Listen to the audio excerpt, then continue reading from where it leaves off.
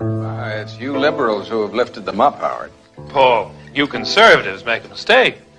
You can't afford to strangle hope in people. Without hope, people become dangerous. No, Howard, you liberals have let them invade our society. You give them jobs, political jobs. Paul, you missed the point. It's only the smart ones we move up. That makes it even worse. No, we have to move them up. If we leave a smart one in the ghetto, he might develop into a leader against us. But if we raise him up into white society, we neutralize him. He feels compelled to try to act like us. He loses his identity and his racial anger, if he has any. He becomes alien to his brothers. They realize he sold them out and they grow to hate him. He becomes worthless to them and safe for us. No, thank you. In fact, in his love for the creature comforts, except for his color, he's become one of us. Portions of the following program may be unsuitable for younger or more sensitive viewers. Viewer discretion is advised. Disclaimer! Copyright disclaimer under Section 107 of the Copyright Act of 1976. Allowances made for fair use for purposes such as criticism, comment, news, reporting, teaching, scholarship, and research. Fair use is a use permitted by copyright statute that might otherwise be infringing. Non-profit education or personal use tips the balance in favor of fair use. This video was made for entertainment purposes and is transformative in nature. You feel, however, that we're making progress in this country and worldwide? No. I will never say that progress is being made. If you stick a knife in my back 9 inches and pull it out 6 inches, there's no progress. You pull it all the way out, that's not progress. The progress is healing the wound that the blow made. And they haven't even begun to pull the knife out, much less try and heal the wound. They won't even admit the knife is there. You haven't. Hey, John, what do you want us to take away from this extraordinary series of yours? Well, I want people who are not Latin to have Latin envy and wish they had been born Latin, and for Latin people to realize, damn, being Latin is a superpower, man. I mean, the things that we've suffered in this country, 500 years, our wealth was stolen from us. We were lynched. We were burned, shot alive. We've been the only American citizens that have ever been deported by the millions. And yet we contribute and we build and we thrive. To me, if you have been here for 5 years and you do not have a criminal record, you will be able to go on the dignity status for 7 years. That status is like a probation period. You will not be deported. You will not lose your assets. You can work anywhere in the country. You will pay taxes. And there would be an additional tax. A new levy of 1.5 withholding called the dignity levy will be held from your paycheck. You will not have access to any government program and will have to buy your own health insurance. And another charge. You will pay $700 a year for 7 years, and that adds up to around $5,000. Those $5,000 will represent around $45 billion. This is provided that the undocumented immigrants total 10 million, but there are more. And that fund will go to pay for border security. The other bucket of money, the 1.5, will go to re-educate or retrain any American who believes that he or she has lost his opportunity, his job opportunity, to an undocumented. Some of the other legislators who support the bill said they are aware that it is not perfect. They said it's better than doing nothing. Various groups, feminists, gay rights groups, and those who are defending immigrants have commandeered the black civil rights experience. Yes. What do you mean by that? Yes, I'm glad you asked that because I think it's one of the most important points of the book. I mean, I think the way liberals have treated blacks like children and many of their policies have been harmful to blacks. At least they got the beneficiary group right. We do have to, I mean, we shouldn't. There is the legacy of slavery and Jim Crow laws. We don't owe the homeless. We don't owe feminists. We don't owe women who are desirous of having abortions, but that's, or gays who want to get married to one another. That's what civil rights has become for much of the left. They dropped the blacks after 5 minutes. Immigrant rights are not civil rights? No, I think civil rights are for blacks. We done to the immigrants. We owe black people something. We have a legacy of slavery. Immigrants haven't even been in this country. After dropping the blacks and moving on to the Hispanics because they're a larger group of Hispanics now. But could I just say to Jorge, I hate to disagree with you when you're attacking President Obama, but I think the point on immigration is you can have open borders or you can have a welfare state. You cannot have both. Doing a great job with the heart these days. You're late again, Eddie.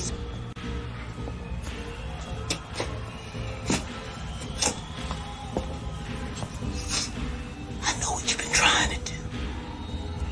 You ain't gonna do it. See, Big Red done pulled my coattail to you a long, long time ago. That's bullshit, Eddie. You talking crazy. Crazy like a mother fox. And you, I can see through your jive ass like glass, nigga. Eddie, you got it all wrong, man. Stealing my moves. My style, nigga. Even trying to riff like me. Hey, man, why don't you get your boy out of here and detox him? You on my spot, Flash? Slum-dwelling, scum-sucking, slug-ass motherfucker. You on my spot, Flash? Huh?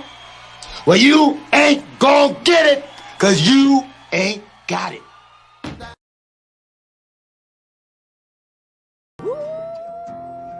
These kind of boys seems innocent, Boogie. Got everybody on the post thinking he's a strong black buck. White boys envy his strength, his speed, power in his swing. Then this colored champion lets those same white boys call him Shine or Sambo. Whoa, and he just smiles. Dream about the time when I was a little boy. Can't talk. Can barely read or write his own name. And don't care. He'll tell you they like him. Or that colored folks ain't supposed to have but so much sense.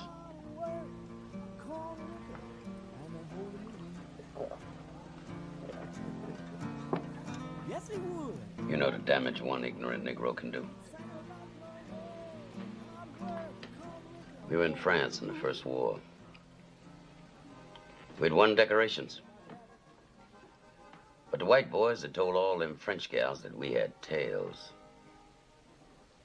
Then they found this ignorant colored soldier. Paid him to tie a tail to his ass and run around half naked making monkey sounds. They put him on a big round table in the Cafe Napoleon. Put a reed in his hand.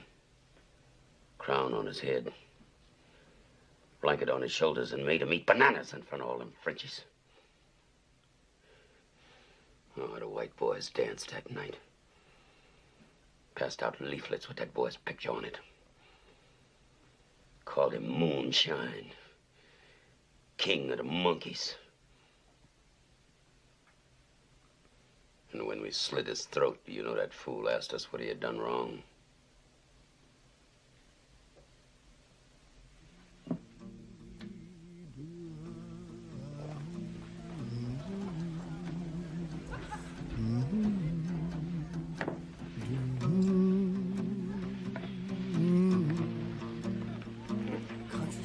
My daddy told me we got to turn our backs on his kind, Wilkie. Close our ranks to the chitlins, the collard greens, the cornbread style. We are men, soldiers. And I don't intend for our race to be cheated out of its place of honor and respect in this war because of fools like CJ. You watch everything he does. Everything.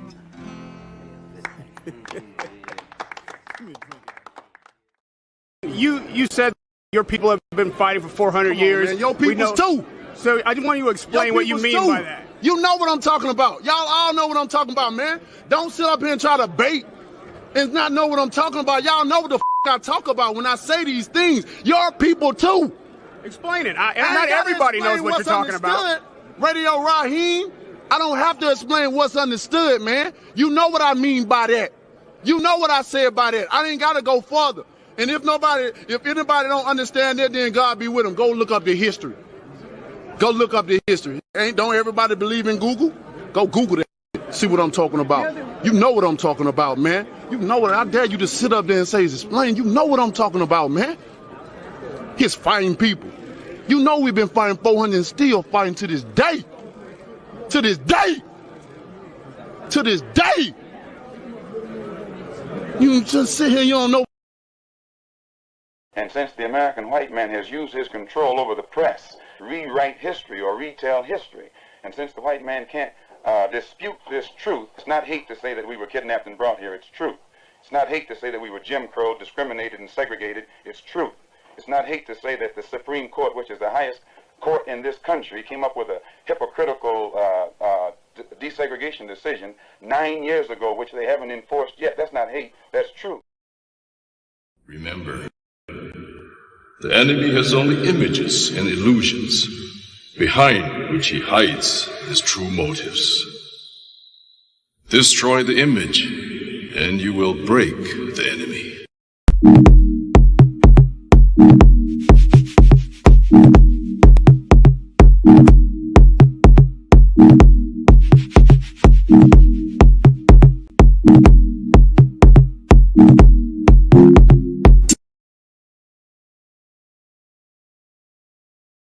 The enemy has only images and illusions.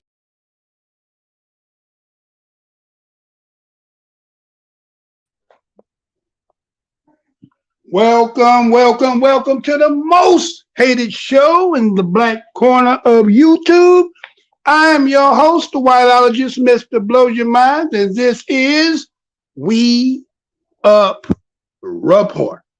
Before I get into it, let me go ahead and give it to those who help sponsor the shows.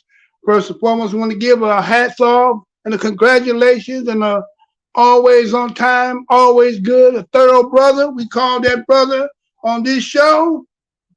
I think he even changed his name, but we're going to say Mr. Spencer 0620. I want to thank you for that cash app on last week's show. Me and my family and I, we thank you for what you do, you continue to do. We're always indebted for all the things that you do. Once again, we thank Mr. Spencer 0620. All right, so we got to get that out the way. It was on we got last week. So we thank for anybody who ever want to do that. But now, so some of you, again, welcome to the most hated show, We Up Report. I'm your host, Mr. Blow Your Mind. Have to go down the aisle, see something that make you feel some kind of way. Remember, the motto of my show is the truth. Don't need no partner. Some of you clicked on due to the thumbnail. Some of you clicked on due to maybe the title or maybe the description inside the title. What you gonna talk about tonight, Mr. Blows Your Mind? Well, I don't mind if I tell you. Well, let me go ahead and show you what that. Put that up on the screen for me there, sir. Invoking the Ruse. Let me say that one more again. Invoking the Ruse. Now, when you say invoking, right, that somebody could be provoking or get you in feeling some kind of way, and that with a ruse is normally like a trick, stratagem. Some people say it's like an artifice. You got to do your research on that, right? While a contrivance, subterfuge, a device, blind or sham or dodge or deception. They also say they be deceit. They also say it's maneuver, manipulation, machinations, move. Remember last week's show was talking about what? The gambit. Gambit is also, when you talk about a ruse, you also want to talk about the word like a coup, maybe a sleight or play, a ploy or decoy, or, the old word was chicanery. Chicanery, right? A cheat, knavery, tactic, gimmick, red herring, fake mint, a put on, an old downright game. So somebody is out here invoking, many ways you could say, ruse. There's a lot been happening over the last week or so, and it's a hot topic where a lot of people are very apprehensive. A lot of people say that it's not our fight. We shouldn't have nothing to say. I kind of somewhat agree to disagree, but I understand. It's not our fight, but sometimes mirroring what happens in the East might be, something that may gonna come in the West. But as we get into tonight's show, we're going to touch on some of those topics, right? So the invoking seems to be that as much as we try to stay out of our business, we mind, MYOB, mind our own business. Other people seem to be trying to find a way to, allure us in. Smelling the neighbor got some good food over there cooking. You over there ain't got nothing but a pack of hot dogs. Trying to lure you, she been trying to get you to come over there, trying to get you to come over there, either or he or she. We EEOC over here.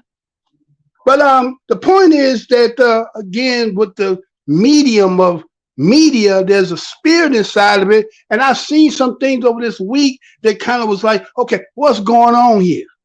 Somebody is trying to incite, provoke, get us moving, and they're also using other people to do it. So we're going to get into that, but before we get to there, I seen this, and it was kind of like, again, we got our own issues here.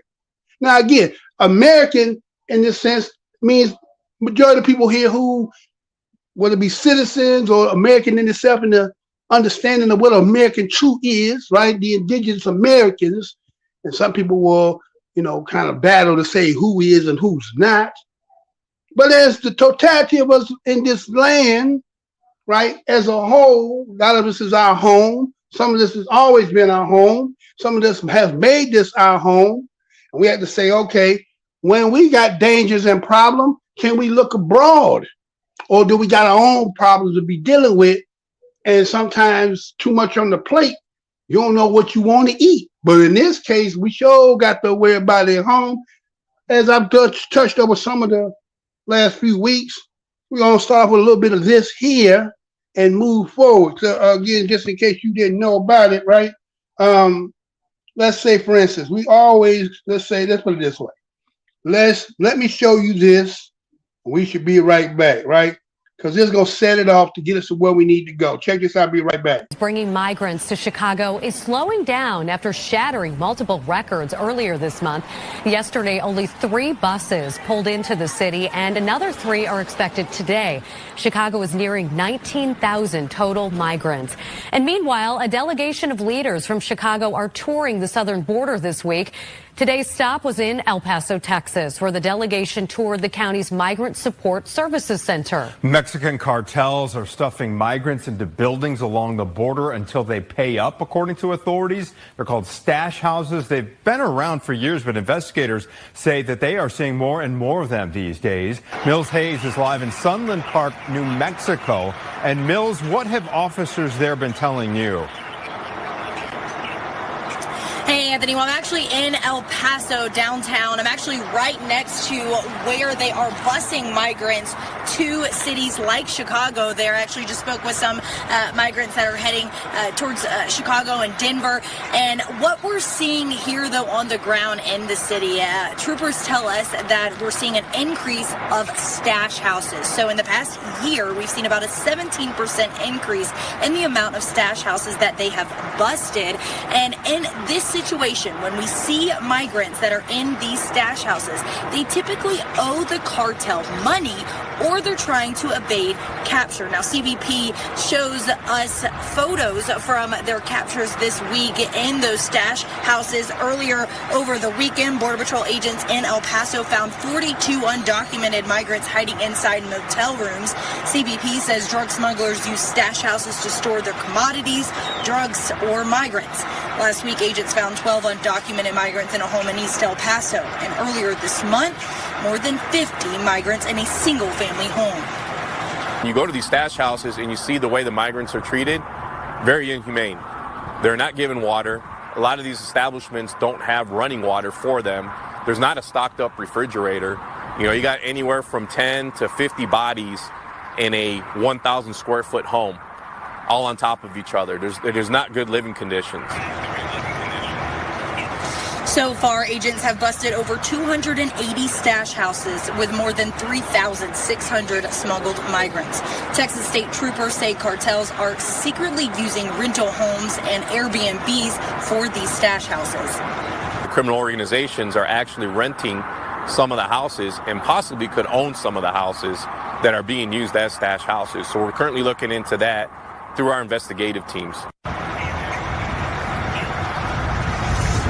And most migrants that are seeking asylum or claiming asylum here in the U.S. will actually turn themselves into Border Patrol and Immigration Services. So those migrants that are in those stash houses are typically ones who owe money to the cartel for the cartel getting them over into the U.S., or they're here for reasons that we don't know and do not want to be captured.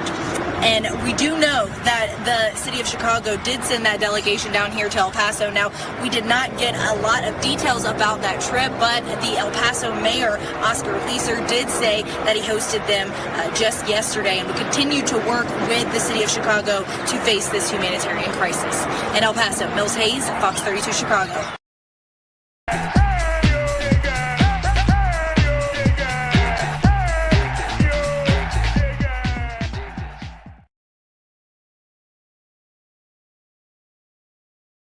Back, right? We back? All right, so we back, right? So that's over there in New Mexico. Stash houses. Now, you know, you back in the old days, stash house, that's not good. That's not good. That's some street business. That's where the work at. Huh? That's where the work at. Right? So you got the work stash house. So they're in here and talking about migrants and stash house and cartel. So we like, okay, hold on, let me get this on the screen here, so y'all don't just see that. Okay, throw that on there. Yeah, throw that up on there, right? All right, so as you heard, that report there talking about the stash houses and that the conditions that they're living in, and that who are the ones who are renting and owning. I know as I've been doing this for the years I've been doing, again, I'm the most hated show in the black corner of YouTube. Been in the business for 12 years, going 13. You wouldn't know that because I'm so suppressed. I can't get 100 views no matter how many you come in here, no matter how much you share, right? So you got to ask yourself, how can somebody be going around as long as they've been and can't get 100? Go back, look at the last 4, 5, 6, 7, 8 years after getting 300,000 in since 2014. Right? I hate what you consider over here, what you're talking about us in the black corner of YouTube, which I call the corner that the builders reject. Well, 300,000 on the video is viral over here, especially when you get in a short period of time. After I did that video, April 1st of 2014, whoever seen it of that 300,000, whether they be in-house or some part of some, again, powers and so forth that be, somebody decides to say he'll never get up off the ground after that. And that's why I've been ever since. So once in a while, you'll see me when I throw things up on the screen, asking for dough, maybe the donation or hit that like and share button. That's your way of helping to contribute over here. So if you like what we do over here, those are the things as those prompts come up, we'll be seeking for that. Now, so owing money, when you, again, somebody who owe money, you indebted to them. And when you talk about cartels, they say, well, we're going to help you to get over there, but in return, it's kind of like saying when you know the history of this land and when they talked about indentured servants, right? Remember that word, indentured servants? Didn't they tell us that, okay, so they sold us, when you think about in history, the people who were in Europe who didn't have no money, but they would have people who would invest in them, pay for their trip, and to be able to ship over here. Then they would get the contract, and then they would, work for 7 years under the thing I think it's called head right. You get about 50 acres of land. If you had been here before, you can get 100-acre land for every person in your family. So again, pimping, hoeing is an old game, right? Pimping and hoeing been a long game. It just doesn't metamorph in different ways. Now, our concern is we being his, again, what some of us may believe to be citizens. Again, if you're over here, we know about Dred Scott and not being overturned. We know what we is. Again, ain't tell you with a herb, but tell you with a no. But for those who believe in that, right? So we have a concern. You know, you don't go to bed at night with your back door unlocked. You don't got all your windows open and you don't leave your doors open because you're vulnerable. Anything and anybody can walk up in there. But for some odd reason, as you heard in that report, he said them stash houses have been there for years and years and years, right? To the fact that they said that they have this some kind of searching there, say about 281 over there, and found about 3,655 of what they say people who are being smuggled. Now, the last week show, I told you as I was connecting some things about how somebody was saying that, again, I think it was, what was his name? Gordon Chain. And he was talking about the connections and monies and who it is that was over there in the Levant area, which we'll be talking about as it goes a little bit more. Some things have come up, so we will be talking about that. But the point I'm saying here is that it tied in also when they talk about here with those cartels, that there was some money or some business. And then I showed you that there was a case that happened here that was about somebody with the precursors, right? Remember that about the precursors? That is I guess, part of the cocktail when you're going to make the fentanyl, right? And that when you think about cartel, you think about inside here with the precursor, and then you see that they got smugglers.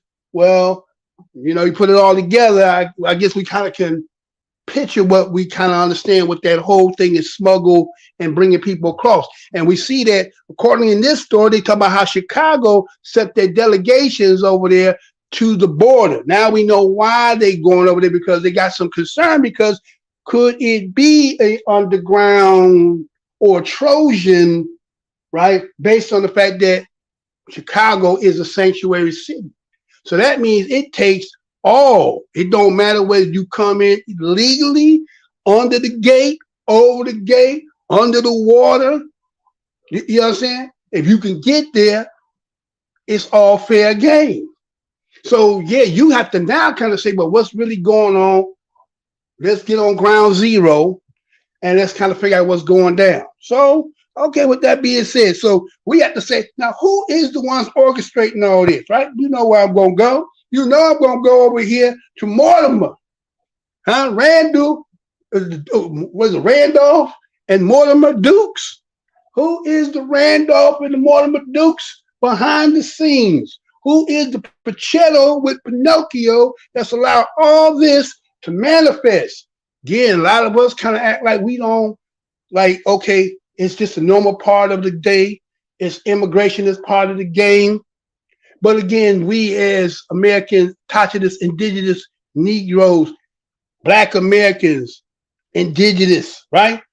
Again, anybody else who may be from some other portions or from other lands, we're not anti against you, but this been our house from the get-go, and it's been feeling a little bit not lying home because there's a lot of strange things happening. And again, for the long history and duration that many of us come from the legacies, right, of families, and some of us never got the hamster off the wheel, we kind of feel like, okay, there's some undermining, there's putting some of us going to be in bad positions. We never really got a good footing. Now, that's not all of us, so that there is a nice portion of our peoples who this is going to affect. They're talking about a lot of stores closing, but yet more people steady coming, come a chameleon, right? But the point is, we have some concerns. So when we see something internationally taking place, some of us can't be too concerned about that. It's not that we're not sympathetic to what happens to people when under those situations, but there is a mirroring, and that's why I'm going to go to that. There is a mirroring of what's happening there, that's happening here, and then let's say maybe the possibilities of the partners that are in that, and we're going to get there. Don't worry about it. We're going to get there. So we got Mortimer and Duke and them who behind the scenes who allowing a lot of this to manifest itself, because maybe it's profits in it. Maybe it's the changing of the guards. maybe this is the only way you could get rid of that which you've been here, that you done tried everything else from the root to the tooth to try to get them up out of here. So I guess the best way to kind of do it is to do what? Flood it out, right? So I did the video that some of you might have seen about the, what was that? The Pope's letter, right? Remember that whole thing about the Pope's letter that I read about and I showed you about? Okay, what does that play into this at all? Maybe it do, maybe it don't. So we will see. We'll stay tuned to that. So we have to say, all right, with that being said, so we got to say, who is this thing? Remember this scene in there? Remember when Mortimer and Randolph had Eddie in the back seat when he had just came up out of jail? Told him, come on, hey, come on in here. You can drink, smoke all you want. And they were proposing to him. Now, again, y'all remember Duke and the Dukes, this the system. Remember, they're gonna offer him, you're gonna get your car, we're gonna give you a house, we're gonna let you come run our company, right? And so we have some of our people out here who the Dukes come to. As I'm about to show, and we're gonna go down this line, that people seem to be willing participants who work for other people's agendas on behest because we're not moving the way they want us to move. Some of them want us to get in this game so that they, whatever agenda might be being laid, we just don't see it, many of us, and some of us, it's the monotonous of day to day. And sometimes we come in here, we get to hear some people who got some insight or some information, and we participate and like, share, comment, and all that good stuff. But that doesn't mean that things ain't happening because you think it's not. So when you're going to have the Eddies, who is the Eddies? And you know, like in baseball, when the manager look at his pitcher and his pitcher struggling, all right, catch the analogy, the pitcher struggling, he tapped them 2 fingers on his wrist, pick up the telephone, call the dugout. Oh, he go from the dugout, he calls what? Who he gonna call now? Huh? He said, warm him up, get him warmed up. Right? So he gonna get the one he's calling up to go warm up the dugout. This one's struggling. They calling them to come in to help them because something had been said last week that's invoking the point that we hear George Floyd. A lot of y'all might didn't even catch up on that. Somebody invoked something, and somebody said, we need to get somebody out here to curb it. You probably don't know what I'm talking about, but you're going to see what I'm talking about. Because isn't it funny that you've seen some shows out here talking about George Floyd, like the reinvigorating of like George Floyd just happened yesterday. And then they got a new twist to it that maybe you didn't see. But we're going to get to that. We're going to get to that.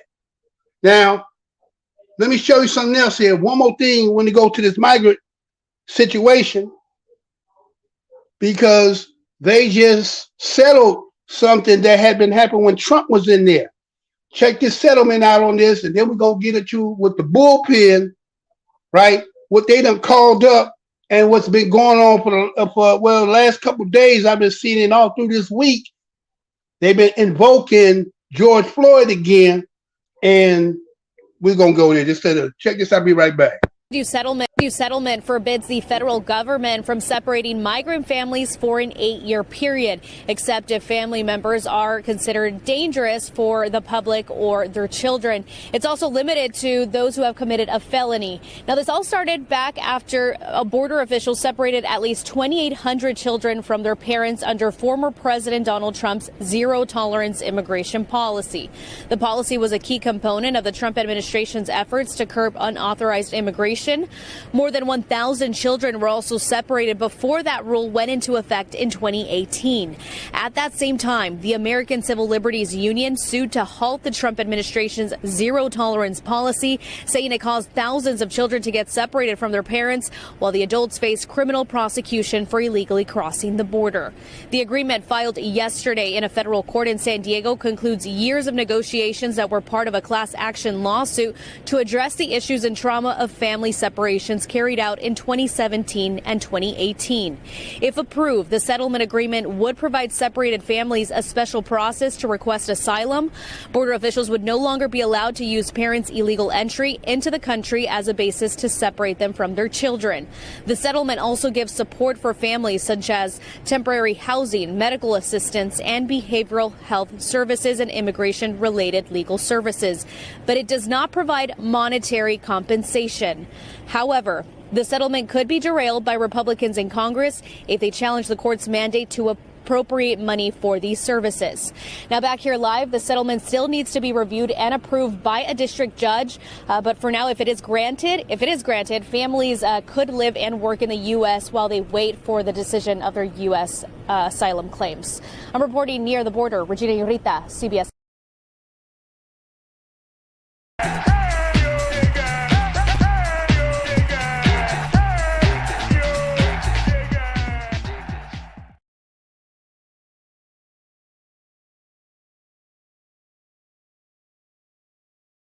I'll put that up on the screen for me, yes, sir. Thanks a lot. So we see that the U.S. government agrees to settlements with migrant families separated at the border. Let me say that one more again. United States government agrees to settlement with migrant families separated at the border. Now you say, but Mr. Blowsurmind, what this got to do with what you talking about at the topic, man? I thought we gonna get this. Slow your roll, okay? You know what I'm saying? Y'all with this microwave, put the hot dog in there, ding. Or some of y'all can't even boil a good egg. You know what I'm saying? No, when you cook a good meal, sometimes it takes a little preparation. So be easy now. Be easy now, right? So the United States government has agreed to compensate thousands of migrant families who were forced to part from the southern border in 2017 and 18. Everybody kind of remember that, right? That was in the news. And again, if you will avid watch over here, we cover a lot of the topics, a lot of the stuff that our brothers and sisters who do this don't do. But we over here, that's what we do because we a report show, right? So we found that they decided to do a class action settlement with the American Civil Liberty Union. And this was in San Diego with the federal courts. They said there's about 5,000 families who were crossing the United States-Mexican border, but they were separated by their children. Now, again, a lot of people think they can be cold-hearted. But, you know, we understand the circumstance that some of them say we ain't gonna say that everybody playing that game. But if you are trying to go up under the fence, I guess let's say, for instance, if you live in one of these big metropolitan cities, right? Chicago, New York, San Fran, those got the trains, right? Let's say you ain't got no dollars. I know a lot of y'all can't have, y'all ain't come from that. You ain't come from that. You ain't come from the time. Yeah. You know what I'm saying? Had a food stamp dollar, go over here, get a Snicker, get the 50 cent, go over there, get a Coke, so you can get the 50 cent, so you can get on the train, right? I know some of y'all too bougie, you don't know what I'm talking about, right? Back in them days. But anyway, so you ain't got enough. You ain't even got food stamp, but you got somewhere you need to be, but you got shorty with you. Now you gonna try to sneak on the damn train, you gonna try to go on the turnstile, but you get caught. Now, when police catch you, gonna lock you up, what they gonna do with the baby? Are they gonna say, let you go on with the baby? Or they gonna lock you up and take baby, maybe take him to the police station, maybe take him to the foster center, you know what I'm saying? Right? So that's what ends up happening when you think about this situation here. You illegal doing something, get caught with your child, shorty, how you won't call it, and then you want to cry foul and say, look, wait a minute, you separated us. You can't do that, right? Come on, we all understand that, right? So we see that they end up settling this case because what they try to say is, well, check this out. How would they say about the deal? Now, the deal they say was that it got approved by a district judge named Dana M. Sabra, right? And the immigration officials who was imposing this blanket policy of family separation for the next 8 years. Now, this is the deal they giving them. Wait a minute, you got caught at the turnstile. The probation is, well, okay, check this out. We're going to let you get on the train for 8 years free, right? For the next 8 years, we're going to let you get on free. Now, wait a minute, you got caught the first time for doing it. So instead of you saying, no, you can't never come back on, we better never see you come. You know, back in the day, go in the store, you got caught stealing, and he'd be like, you can't come back in this store no more, right? If they let you go or the police or whatever, you can't go back in that store. No. They said, we're going to give you 8-year probation. You can come back, you know what I'm saying? And they can't separate. So wait a minute. You ain't legal. The child done got caught. It ain't legal. But I'm going to work a deal out with you and say for the next 8 years, we can't separate. So wait a minute. It would seem logical that y'all should both be able to just go back home. We're going to help you with plane fare and send you back. No. That ain't what it is. See, I'm going to show y'all something. I'm going to show you something how they play this game a little bit. So the Homeland Security, Alejandro Mayorkas, I think that's how you say his name. Now, he's the current White House. And they said that the White House don't have any plans to split families apart. Now, you know that's sentimental, right? You talk about children, you talk about families. Again, there's the story that they talk about with some, where they say when those who believe in the slave story and about how separating your family and making people to be, you know, separate from their family. So a lot of people don't like that, right? You don't like that. So my thing is, we understand that. We're sympathetic to that. So they said, we're not going to do that as the Democrats, right? Now, they said now that former President Donald Trump, okay? Now, you know he is the front runner for the Republican presidential nomination, even though all that stuff that they got him, he's dirty, riding dirty, everything. He got about 91 cases, but he's still the front runner. That's telling you how much ain't nobody else in there that can run against him. Even with all that he got on, as dirty as he is, he's still the front runner in that party. But they asked him, you know what he said? He said he's not ruling out reinstituting the family separation policy if he get reelected. Let me say that one more again. Well, Donald Trump said he's not ruling out if he get reelected. He's going to reinstitute, right, the family separation policy if he elected. Now, you know what he said? He said, well, if you love your family, don't come. He said, sound harsh. But he said, I'm just going to keep it 100. If you get caught, we're going to do the same business. It's not that we hate, it's just that's the law. And it seems like, well, people seem like they can break the law and find some loopholes that's beneficial for other people. And I'm not saying that none of us, you get a lawyer, get a good lawyer that can find the loopholes to get you out of a situation, whether you're guilty or not or whatever. But we understand that. But check this out. Now, check this part out, y'all. They say, now, remember they was going up under, they got caught. And then they made the settlement to give them 8 years. So I thought about, I said, wait a minute, now, I've been doing news for some time now. And again, I've seen so many stories, so I know how to connect the dots because I've been a watcher on the wall. Now, there's a such thing called a U visa. Look it up. U visa. You know what a U visa is? It's a set aside for victims of certain crimes when it deals with mental and physical abuses. Let me say that one more again. You know, there's a visa called U visa, and this is a set aside that is for victims of certain crimes. Now you say, wait a minute, Mr. Blow, what are you talking about certain crime? What crime are we talking about here? They got caught. Okay? They got separated. Now you could turn around, use that and say mental, because we got separated. I went through mental. You get what I'm saying? Oh, they found the loophole in it, right? So that's where the settlement coming in at, because they found the loophole in the UV, because they said a crime happened to them. Said something mentally because we got separated. The physical abuse, they can say that didn't happen. Because what they say now, Because of these families being separated, they automatically are going to get an interview with the asylum officer. That's what you get when you get a UV visa. You get to go again. How about this? Let me give you some food for thought. You remember what was going on over there in San Francisco when they kept showing black people was getting Asian, black people, right? Remember that? We was like, damn, wait a minute, man, is this real?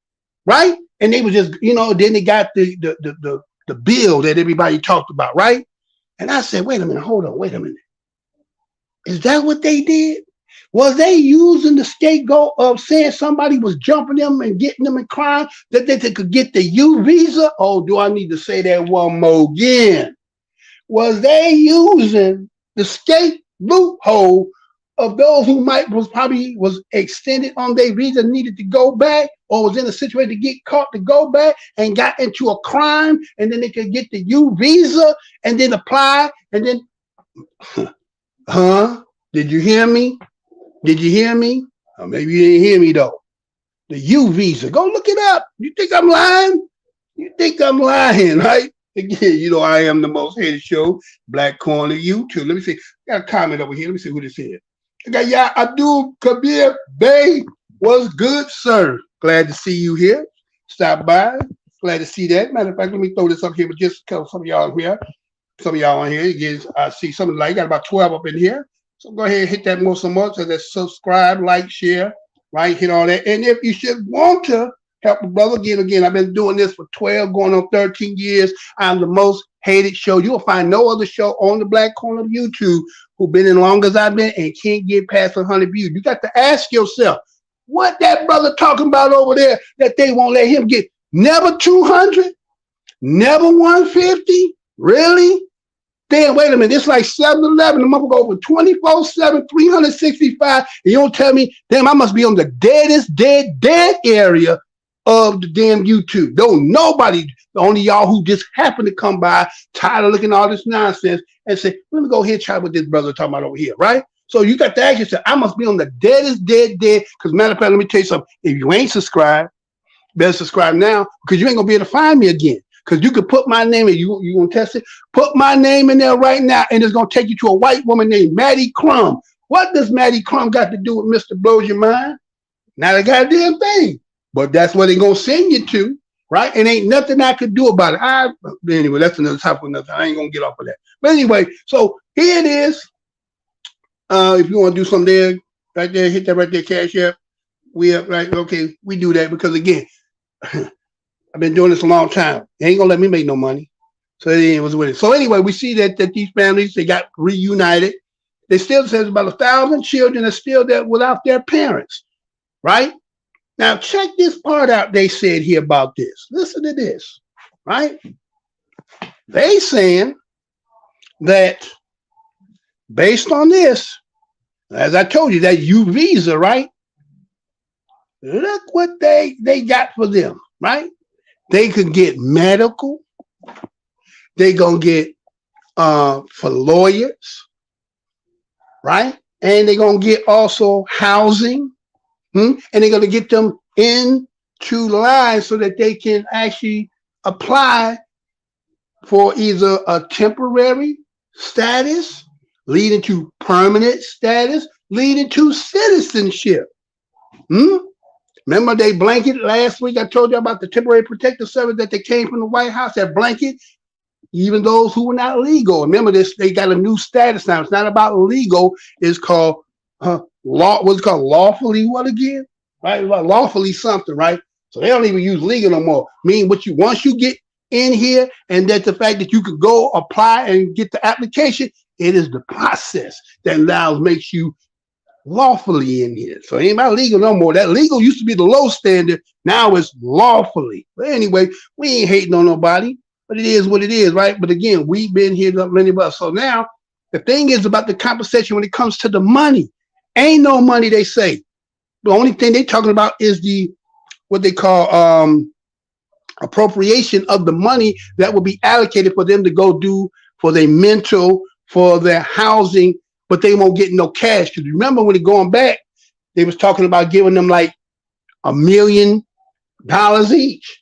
And people was tripping out about it. But but they went back in 2001. Father said it wouldn't be right. But that, yeah, think about that. You done snuck up in here and then you're going to get a payday and we're going to send you back somewhere else. It ain't been right, y'all. It ain't been right. But this ain't somebody should be in here and mad and hot, smoke coming up under your hat. We ain't mad at you like that. We just saying, hey, we as black people and Tasha's indigenous needy more. A lot of us who need stuff, need help. When it comes to us, everybody play that. What's that policy they use? Benign neglect. Yeah, that's what a lot of them do right there. Benign neglect. And we be like, damn, man, we can't get nothing. Took away the cheese. All that, right? Now when you go to one of them pantries, the line be so damn long, and there be so many people, and then people going from one community to another. How you know about that, Mr. Birdman? Don't worry about how I know about all that. Right? Anyway, so let's move on, right? So with that being said, we just gonna say, look, okay, we're not anti, but this is the problem that we as Black Americans in this country, right? Ain't nobody got no kind of words for what's going on here. It's just kind of happening. And all right, but I'm going to show you something. Now we're going to get into what the topic about. I had to get that out the way because I had talked about that early in early reports, and this is the update to it. Now we're going to get into what tonight's show is. Now check this out. So, all right. So, again, we're going to talk about why they invoking and why is this George Floyd being invoked. You know why? Did y'all hear this? Did y'all see this? Did any of y'all see this?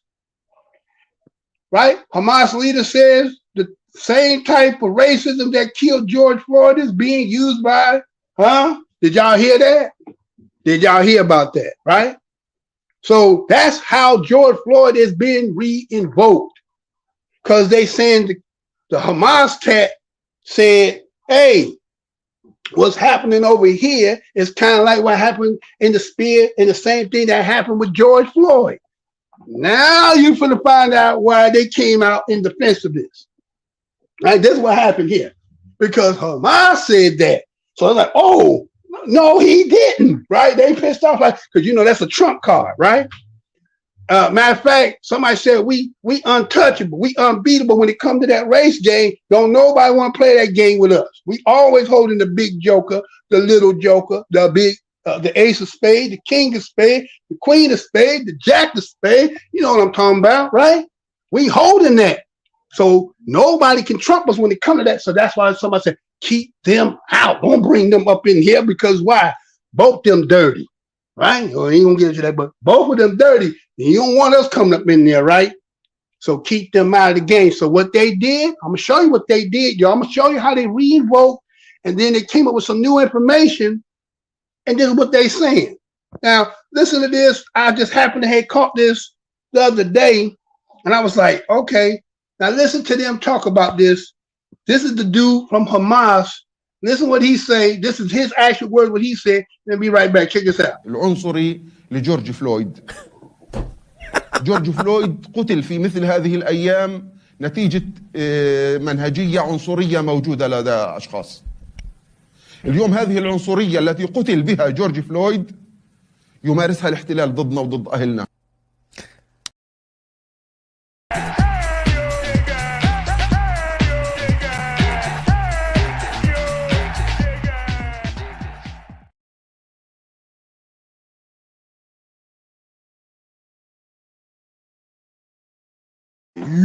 Most of us only got one lane. We not bilingual, but all we heard was blah, blah, blah, blah, blah, blah, George Floyd, right? Let me say that one more again.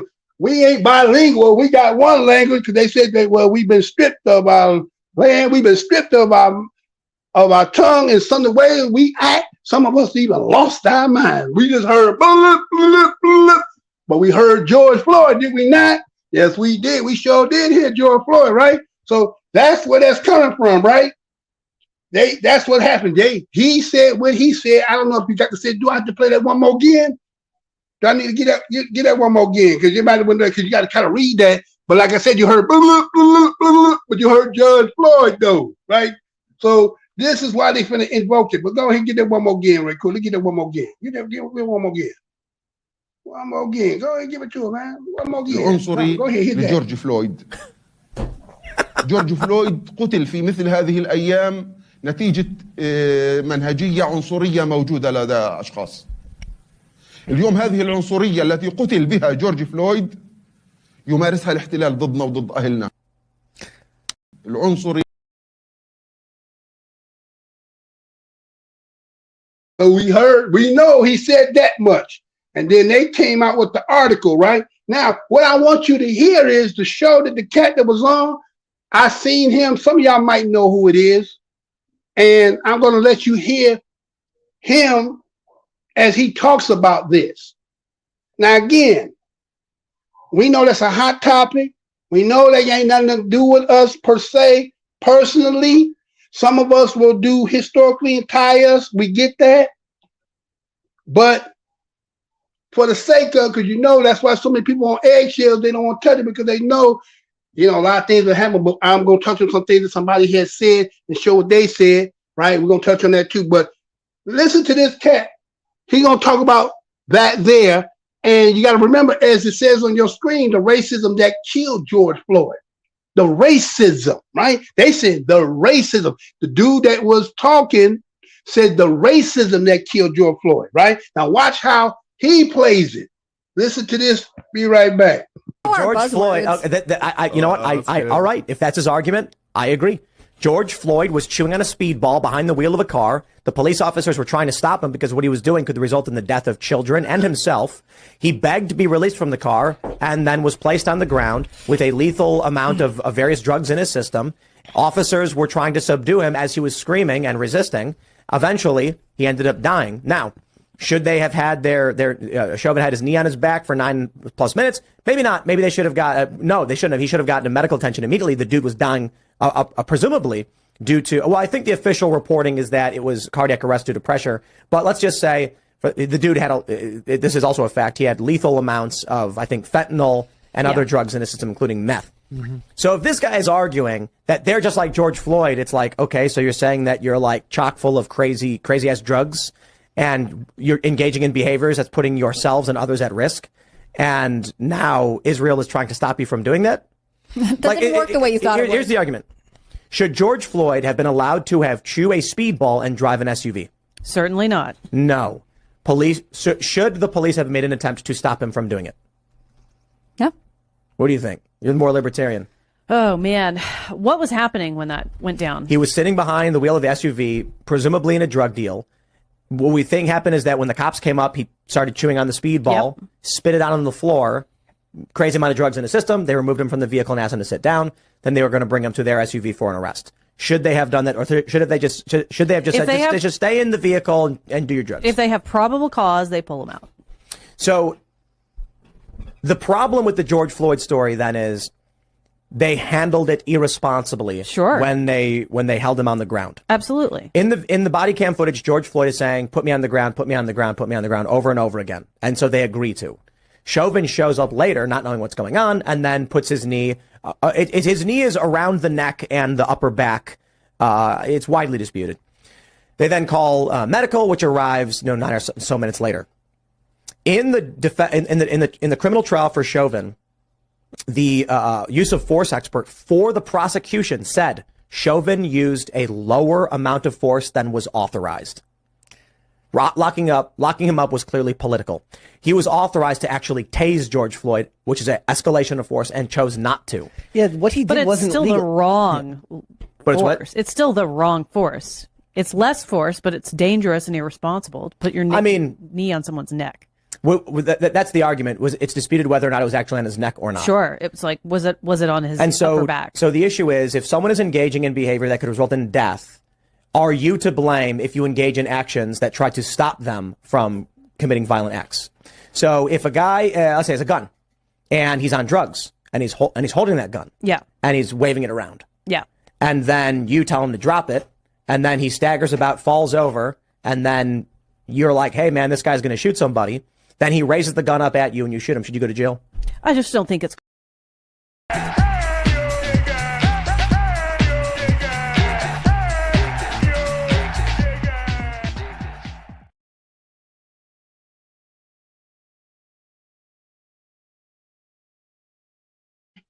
So that's that cat there. That was that was them. Maybe you followed along what he was saying. Many of you I'm pretty sure many of us know the story of that, right? No matter what walk of life that you exist in. We all remember that 2020, right on Memorial Day, that video that went viral. And a lot of us, for the first time seeing that, some of us, again, have seen it over. And what they say, and what they call epigenetics, right? And the Akashic records, I think it's Akashic records.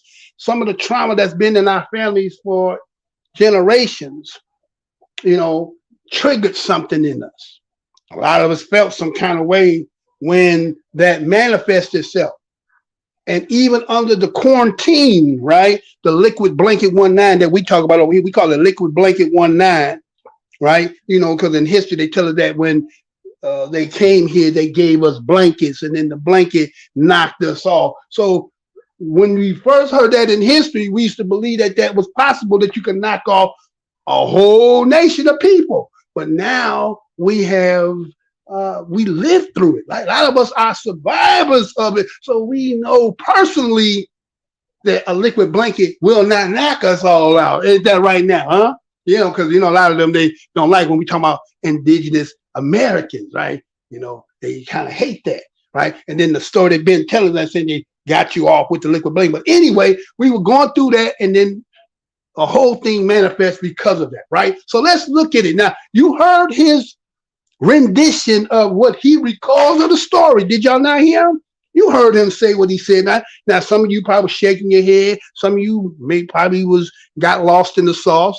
Some of you, it was probably sound like blue, blue, blue, blue, blue, right? Some of that would sound like that blue, blue, blue, blue, blue. You didn't know what the hell he was talking about. But he said something, right? So let's kind of look at some of the stuff he has said, right? Let's look at some of the stuff he was talking about.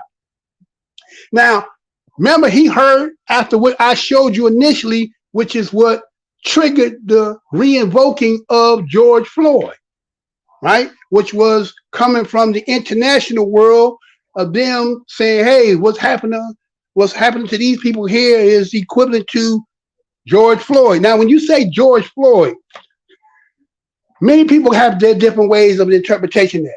George Floyd can be an individual to some. George Floyd can represent Black folks. George Floyd can represent an organization. You know what I'm saying? In many different ways that's been sliced up. But then there's just George Floyd himself. And we kind of know, those of us who can read in between the lines, know that when these people start using these terms, they mean something. They're talking to somebody subliminally, right? The subliminal message, right? And so we saying, all right, based on what we know, they talk about October 7th, that happened internationally, and that whole ordeal, and things happening, people not liking it, certain things are being said back and forth, and we have just been observers, and there's some of us who got out here and got on their, their platforms, and they done said things, okay? And so, all right. So when the boogeyman throws the trump card back at them with a trump card that's unbeatable, they didn't like that. So to keep us out of it, they had to call the bullpen up. You understand what I'm saying? They called the bullpen.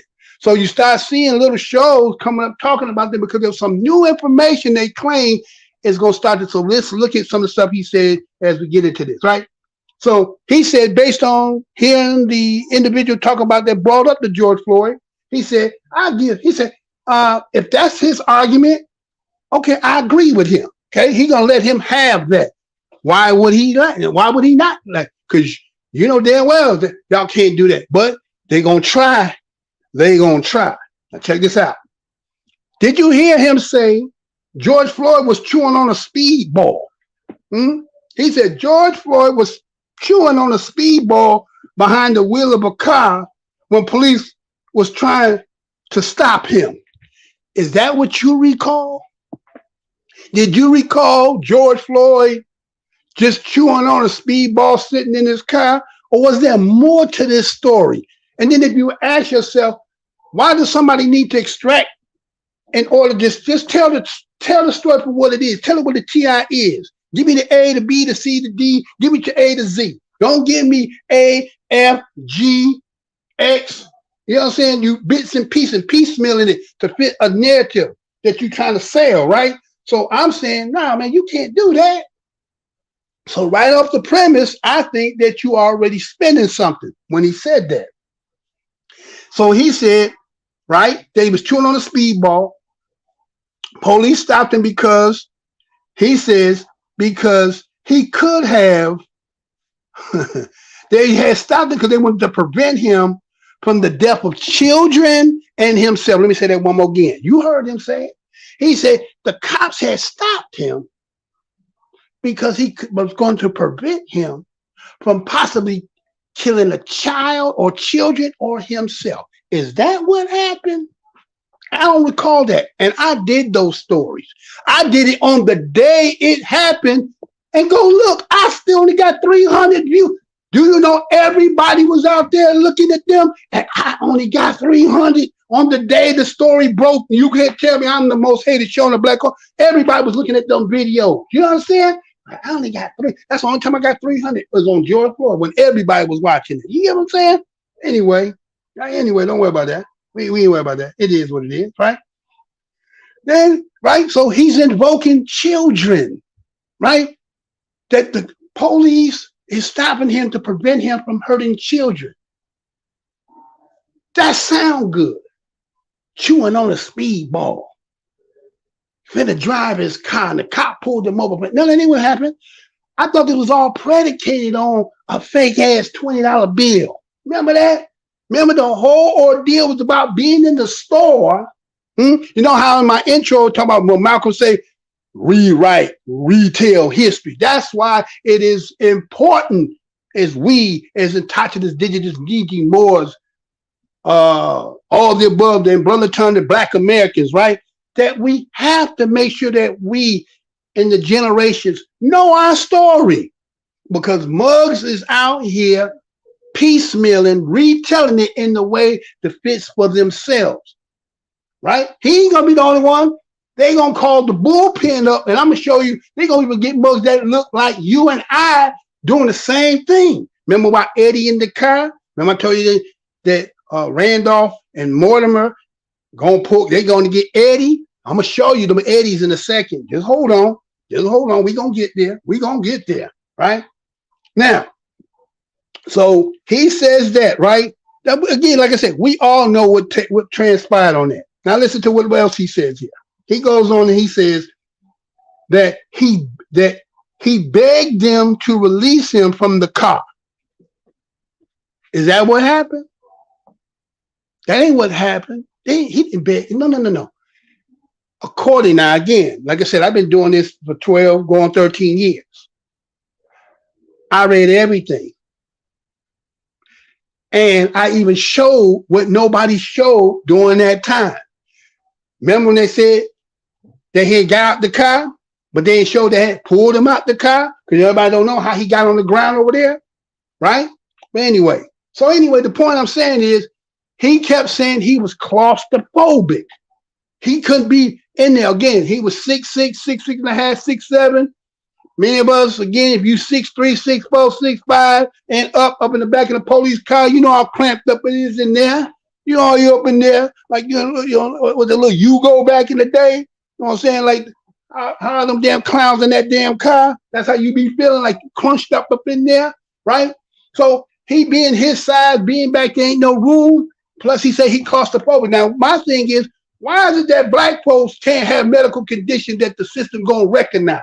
You can't be crazy enough in a court case that you can use it for, right? And you can't have claustrophobic this and then you gonna get in there any damn way. We don't give a fuck what you just said. You gonna get your ass in there, right? So he was not begging to let him out because of that. He said he was claustrophobic.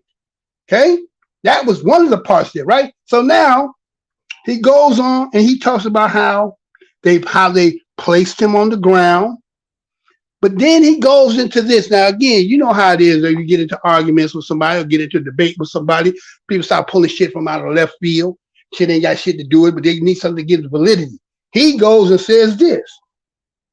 He says the lethal amount of drugs that was in his system. That's after the fact. That is after you find out later on when you need something for credibility, when y'all know y'all got to go, you know what I'm saying? Because we don't know. A piece of paper still don't mean it proves that what really was there. But we just have to say the credibility of the individual who was the autopsy person, which we're going to talk about that because I'm going to show you there's something that they're trying to use to again.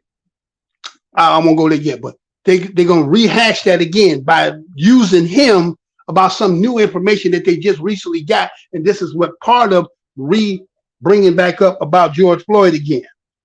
So now you say that they were trying to subdue him as he was screaming and resisting. Now, you know, as black men, how many of us got that? They be trying to put that resisting arrest. You don't be resisting, but that's a charge. That's a discretionary charge, right? That's the charge. He can say that happened, and yet when there was no camera, you're going to fight that, right? Because that's his word versus your word, and they got more credibility than you. So a lot of brothers got that resisting arrest. That's the go-to, because now when you get in the system, what they say, your ass fight cops, right? Now you fight cops, which now you get in a situation based on that background, they ain't gonna use that on you. So resisting arrest and being black men hand in hand, a lot of us got them charged, and a lot of times we ain't did no resistance. But okay, but we know we're gonna use that to give some validity to it. Okay, all right. But he said screaming. No, he wasn't screaming. At that point, he was not screaming. Then you say he dies. Oh, just casually, he just ended up dying. Okay, right? Now check this out now. Check this out. So he says, yeah, there was 9 minutes on the back, on his back. Now, again, nobody wants to admit that what we saw, and that's the thing that we're seeing in this system here. People want to tell us what we seen, that our eyes lied to us. That what you seen on that video, going back to that Memorial Day, that broke, that we all saw, and all the, let's say, emotions and feelings that a lot of people had, that even under the blanket 1-9, that kind of spoiled that a little bit, because everybody was hiding in the house because they said, black people dying, black people, black. We was just dying everywhere. So they had us scared as hell. We couldn't go nowhere. But the young ones was like, enough was enough, and they went outside even under that, and it kind of exposed something. I think with all that being said, all that stuff that manifests, if that didn't happen, y'all, I think we would still be in the house. What y'all think? I think we still be our ass in the house. But don't pay no attention to me, right? So anyway, so he said the 9 minutes that was on his back, he should have had gotten medical attention right away. Now, again, you didn't know whether he had what you claim y'all said that happened. There was no medical attention. He was in handcuffs. You got 3 motherfucking grown ass men on you. And motherfucker on his neck. What else? Okay. What other way can you explain that? 3 grown men holding you down. You already got the handcuffs. TV is a bad motherfucker. Movies are bad motherfuckers. And you have John Van Clant, or was it Von Down, whatever. You get one of them up, they be all with the handcuff, get up out the handcuff, whoop everybody. That's a movie. In real life, I'm not gonna say it ain't never happened. I ain't gonna say that. Matter of fact, I seen a video earlier this week. White boy was in the back of the damn car. Some of y'all might have seen that on X, Twitter and turn to X now, right? Seen the white boy in the back of the damn car, and he got out of the handcuffs. And when he got the handcuffs, the car crashed and his ass went out the back window. Did anybody see that? Yeah, I was like, yeah, he got his ass out them handcuffs, but only because he gonna need it. He's gonna get his hands when he get out that window, wherever he flew to. I don't know if he was dead or not, but he sure flew through there. But the point I'm saying is 3 men holding you down while you already handcuffed and one on your neck. I don't understand what you're trying to, I don't know what you're trying to use here. But listen to what he's saying now. Check this out. Check it out. So he goes on and talks about he should have got medical attention right away. Presumably, he was ruled as having cardiac arrest due to the pressure. See, what are they trying to do? They're trying to rewrite, retell it. Rewrite, retell it. Oh, he had cardiac arrest. Oh, it was just due to the pressure on him. Is that the right procedure? I mean, a man already down, already handcuffed. Did you need all that? We understand with the narrative that's being played with the fentanyl and all that. Okay, we hear that. But okay, let's move on. Right? He said the actual fact was that he had lethal amount of fentanyl and other drugs in his system. Okay. A lot of people back in the day when you had to take a drug test got the golden seal. So you can clean your shit out, right? But prior to all that, you've been, I don't know what people's favorite drugs is, right? You know what I'm saying? Because I even knew most that was crackheads that could work and still maintain and never lost a step. You know what I'm saying? No wonder they can work, function, high function, crackhead, yeah, you can have them too, right? So everybody is because they have what you consider now again legal is what they set as the parameter as what they say, what we say this is okay. If I drink 2 cans of Budweiser, I might be told to fuck up, but another motherfucker might take 4 cans for him. But the legal limit says there's a certain amount of alcohol, 0 or was it 0.8 or 0.7, that you consider to be legally drunk. It's like not really being blind, somebody who's legally blind, who can actually see but just can't see at a certain distance. But they legally blind. So you could be legally drunk and legally, what you say, the possession of somebody having something in their system. They could have that. Yeah, you're right. They could have that.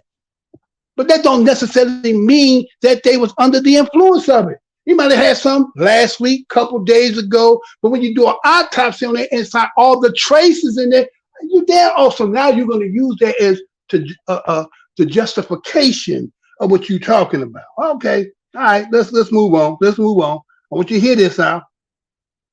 So he goes on. He says that he says now he goes back to the Hamas case. He said if the Hamas is saying George Floyd, he's saying he has crazy amount of drugs, engaging in behavior that puts him at risk of how is Israel doing this? And he stopped himself because he about to say something he wasn't supposed to say. He wasn't supposed to say that. And how he wasn't supposed to say how Israel gonna stop that. So he fucked up right there. You know you done fucked up though, right? So he fucked up right there. So he had to stop himself. And then he had to regroup and then start all over again. Right? So what he's trying to say is that he's making the equivalent to the Hamas cat that's speaking and saying, using George Floyd and saying about the racism. He said, then he's agreeing to the fact, yeah, you're just like him. But he didn't say that. He said the same racism, right? The racism system, the systematic aspect of it, not just George Floyd, but that's their way to try to play the shit off, right? That's how you're going to play that shit off. So he goes on and says, now, man, he stopped himself. He said he should have the police. Then he goes and he asked them, he said, what, should the police have let him go? He did have a speedball, huh? Should they have let him drive the car? Should the police have just been trying to stop him? Now he changed that position to go back to that because he knew he fucked up on that. So now he want to pose the answer. It's an easy yes. Yes, if the police catch you and see you under the influence of drugs and he can detect it, yes, he should stop your ass. Yes, right, okay, that's easy work, right? Should the police have let him? He said, so now, he said, should the police let him and try to stop him? What was happening? And then the white girl that was there, she the one that was fucking them up. She was the so-called libertarian. She said, so what was happening before all that? Huh? Then he said this. Did you hear him say this crazy shit? He said, he was sitting in an SUV He says, presumably. So you got to watch them when they talking. Huh? That's how you got to watch them when they talking. Presumably awaiting a drug deal. Did you? What? Let me say that one more again. He said that he was sitting in the SUV, presumably waiting on a drug deal. Now, wait a minute. I remember they went in the store. I remember they were going to wherever they're going to purchase. It's Memorial Day. A lot of us understand that ritual. You're going to be hanging with your family or you're going to eat a barbecue, right? Real ritual. Pick up the pack, get the case, huh? Right? So, what do you mean drug deal? Where's that in the report at? No, you want to skip the fact that it was all predicated on the fact that, one, he was in the store. Two, they said it was a fake $20 bill. Three, they called the police and they got there and they came in the coast of the car and the whole ordeal happened based on the fact what they said was a $20 fake $20 bill. Ain't that what happened? Isn't that originally what happened? But no, he don't want to go there though. He don't want to go there, right? So she messes him up when she say that. So he says, we believe when the cops come over, he started to he started chewing on the speedball. Then he spit the speedball out on the floor. And with that crazy amount that he had in his system, do you see how he is recreating the story? You know how they say this is a re-dramatization? Well, his re-dramatization is so damn tore up. It's like, damn, wait a minute, I missed that episode. But why do they need to do that? Why can't you just tell it for what it TI is? Why do you have to make shit up? Because see, somebody don't like the image that what they ass is. So what they gonna do is they gotta paint the narrative to change it because they know. Some have we read said the truth ain't in them. I ain't gonna say all of them. The truth ain't in him because he sure spinning that story right now. Check this out now. So he said, she asked him. She said, if the police have probable cause, then yeah, you can get him. What was the probable cause? He never wanted to say that it was predicated on the fact that it all initiated because of a call about a fake $20 bill. Y'all go into the fentanyl, y'all go to all these other things, and then what we all saw, we want to ignore that and say that our eyes are lying to us. That our eyes have lied to us. And so now they say they handled it irresponsibly when he was on the ground. You heard us say irresponsible. He didn't want to hear that. Irresponsible. Now remember what they really talking in reference to. So somebody's irresponsible. He tried to even say that the individual that was on the back of the neck of George Floyd arrived there late, not knowing what was going on, and just kind of had it there. And it's kind of widely disputed that whether his knee was on his neck or on his back. Wow, man. Right? So she got in and she said, the use of force. He said the use of force expert. Now, this is him still trying to find a way to make validity of the situation. He goes to now the court scene. He said the use of force expert said he used a low amount of force that was authorized. Let me say that one more again. He said the use of force expert said he used a lower amount of force that was, well, wait a minute. I got my knee in your neck. Depending on where I got it, if I got it in a position that's cutting the wind off, will I have to do it extremely hard, lean on it, just being there? It don't take much when you can't use your hands. We all seen him, again, no disrespect, and again, I do this out of respect for him. I hear what they saying, but when we seen the pee come from under the car to the back, remember that, y'all? We seen the pee from there, and you telling us what? He was under the stress of what was being done to him? No, that ain't what was happening there. but he had the lower amount of authorized pressure or situation, because he said he could have tased them. He probably been better off tasing them, but see, he couldn't justify tasing the man that's already handcuffed. You know what I'm saying? How you gonna tase a mugger he already handcuffed, right? Okay, anyway, and so now they says, but he chose not to. See, he trying to find a loophole out of it. He still was wrong. The white girl said he still was wrong. The force he used. See? Now, remember, they're using George Floyd talking about the situation, because remember, initially it's about what the other cat said that's using him. But in a way, she's saying the force that's being used was wrong. Dangerously, irresponsibly on someone's neck.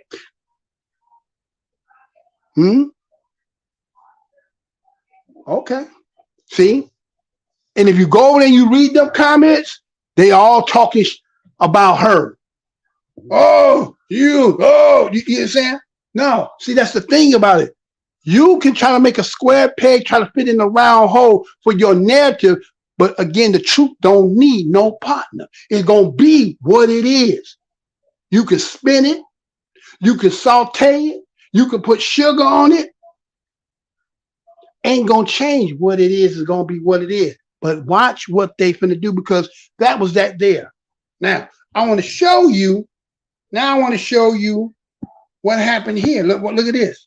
Then I seen this. Tucker Carlson dismantled George Floyd narrative after bombshell court documents. See? Then he came out. And they're going to talk about now a court document came out. Now, you got to remember the reason why they're coming out the bullpen is because why? What was said over there by the international mug threw in George Floyd, right? He threw that in. That's a Trump card. Remember, that went global. So ain't too many places can't go that didn't hear about that. And so predicated on that, that's also dirtying up somebody else who's trying to keep a good, clean image too, right? So, they got to come out with the bullpen. They got to spin it. Now, I want you to hear Carlson Tucker, his spin. Check this out. Be right back. Pandemic of the unvaccinated. Now that we know that Ukraine is not actually winning the war against Russia, it could be time to revisit some of the other slogans we've been assured are true and ordered to repeat. Are they in fact true?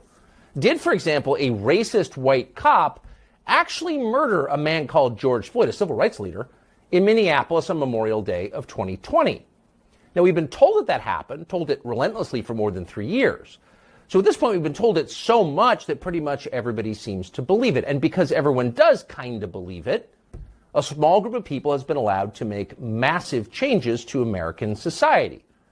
They include, but are not limited to, decriminalizing stealing, defunding the police, adding a new federal holiday to the calendar called Juneteenth, the ceasing of hiring all white men in corporate America, and of course, significantly, they also sent a cop called Derek Chauvin to prison for more than 40 years.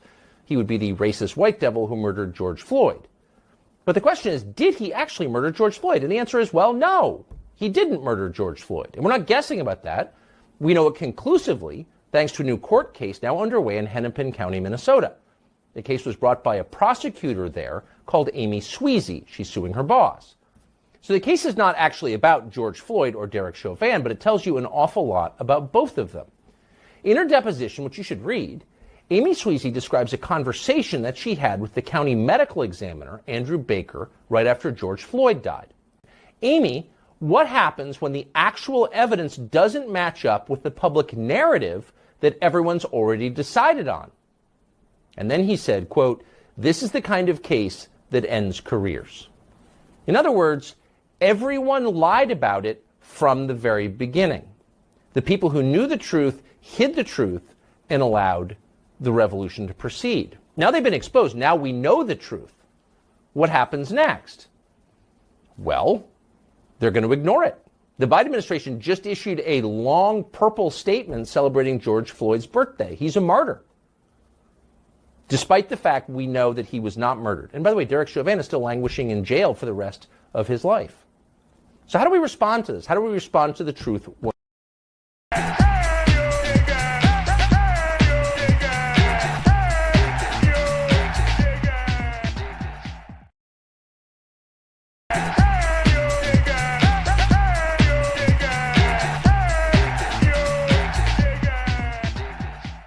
All right. So we back, right? Hold on. Let me throw that on the screen for me there, sir. So let's go back here, right? So again, so you heard Carson Tucker, what he just said, right?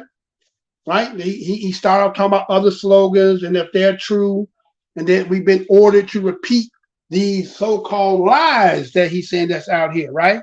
We're told so much to believe it. Again, remember, somebody is trying to invoke in your mind that what you seen with your lying eyes ain't true. Now we know the truth. Now it ain't about rule of law no more, right? It ain't about what the whole proceeding, but they got another spin to it. Because why? All of a sudden now they found some new information about a case after just the cat from the Levant from Hamas said George Floyd, right?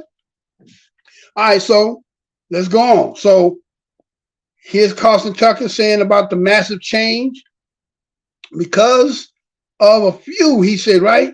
He says that a few people have made a massive change in America based on what this lie has presented, right? Right? He said, did a racist white cop actually murder a man called George Floyd? And then he threw in real quick, as a civil rights leader. Did y'all hear him say that? Did you catch it? He said it. He said, did a racist white cop actually murder a man called George Floyd, a civil rights leader? What you invoking in here? What are you talking about? He said, we've been told this over and over for 3 years, and we've been told relentlessly so much because everyone believes it. Small group of people have been able to make massive change. Then he goes into what he talk about, not limited to the fact they said defunding the police. Have they defunded the police? I think that was a slogan. I think people talked about it, but I don't think nobody actually done it because I don't think nothing has been done ever since whatever proposals and what legislation is supposed to happen. I think it was just, again, benign neglect. Yeah. And then nothing, right? Okay, right. So anyway, then he said decriminalizing stealing. He said they decriminalizing stealing based on that. What do you mean by that? Decriminalizing stealing. So people, is it because the threshold now because of certain crimes that they just giving you an I bond? Like they used to do that back in the old days. Like shit, if you was a 1,000 D bond for $100, anything that fell on that shit, you get the I bond out. But mother's been sent up in jail probably before then on crimes that should have been out on the street because it was minors. It wasn't really nothing, but couldn't pay the bond to get out. So they changed the bond bill, right? So he's saying now is decriminalizing what? Stealing, right? Adding a new federal holiday. Now, who are you taking a shot at? Now, again, George Floyd is George Floyd himself, his family. George Floyd also represents BLM and the organization. And George Floyd with BLM also represent not the organization because there's a separation between the organization and black people, correct? Right? Black people and the organization. Like saying Black Lives Matter don't mean I'm part of no damn organization. I'm just saying as a black person, and I know some of y'all gonna feel a little way when you're talking about black, but anyway, as a black person, you may feel, right, that your life matter. But they ain't got nothing to do with no damn organization. That's just we as what we identify, call ourselves politically as black. That's what we say. Our lives matter under those circumstances, especially when there was an epidemic of stuff happening, right? So he goes on, and then he says the ceasing, I stress it, right? The ceasing of hiring all white men, but in corporate America. Now, why are you throwing that at us? Oh, black men is starting to now take all the corporate jobs. Is that what you? Because that ain't true at all. Now, there might be some sisters up in there. Ain't a whole lot of brothers up in there. right? Especially cut from our cloth, right? But anyway, but he stressed that ceasing, did he not? Right? Yeah. Right? And then he says, then he goes into the violence and also send a cop named Derek Chauvin to prison for the next 40 years.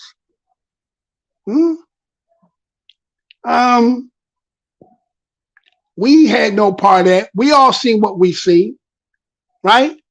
But again, it's predicated on what they finna try to spin with this, right?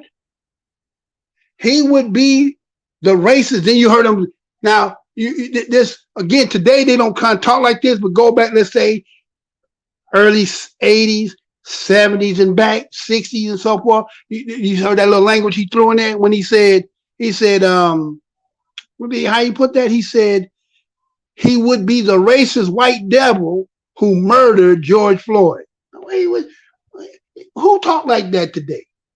Now that used to be, even the Nation of Islam don't even talk like that no more. You know what I'm saying? That used to be one time they was, you know what I'm saying? But who's using that language and why are you using that language? What are you trying to do?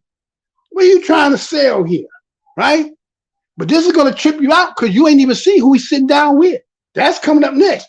Look who he's sitting with. Again, he went to the bullpen, but I'm going to show you who you talked to. You might have seen it, maybe you didn't see it. Right?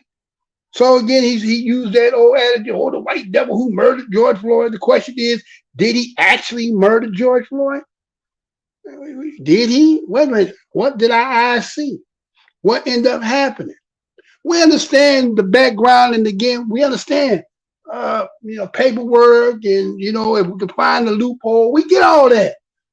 None of us can actually say. Only the Most High know what really took place. But we know we did see motherfuckers on him. We did see somebody on his neck. We seen him cry for his mama. We did see him piss on the ground. We seen people that was out there that was concerned. We seen all that, right? And remember the other cat was saying, if somebody is resisting and they got a gun and they drunk and they flailing and they punch the gun at him, should he be held responsible for shooting and killing them? I got a message. Hold on, I'll be right with you in 1 second. Are you responsible for that? Wait a minute, he pointed the gun at you. How about this? Let's get the same scenario. Somebody got a gun. Same scenario, he's stumbling, right? But he never pointed at you. Can you shoot and kill him? Is it justifiable? He still had to make a point at him. Of course, you point a gun. Of course, you're going to defend, but he never pointed the gun at you. But you shoot and kill him. Now, are you liable for killing him? That's a different scenario. But the one you drew, of course, it's going to be an obvious yes, right? It's going to be obviously yes to say that. Let me see right here. I got جورج فلويد قتل في مثل هذه.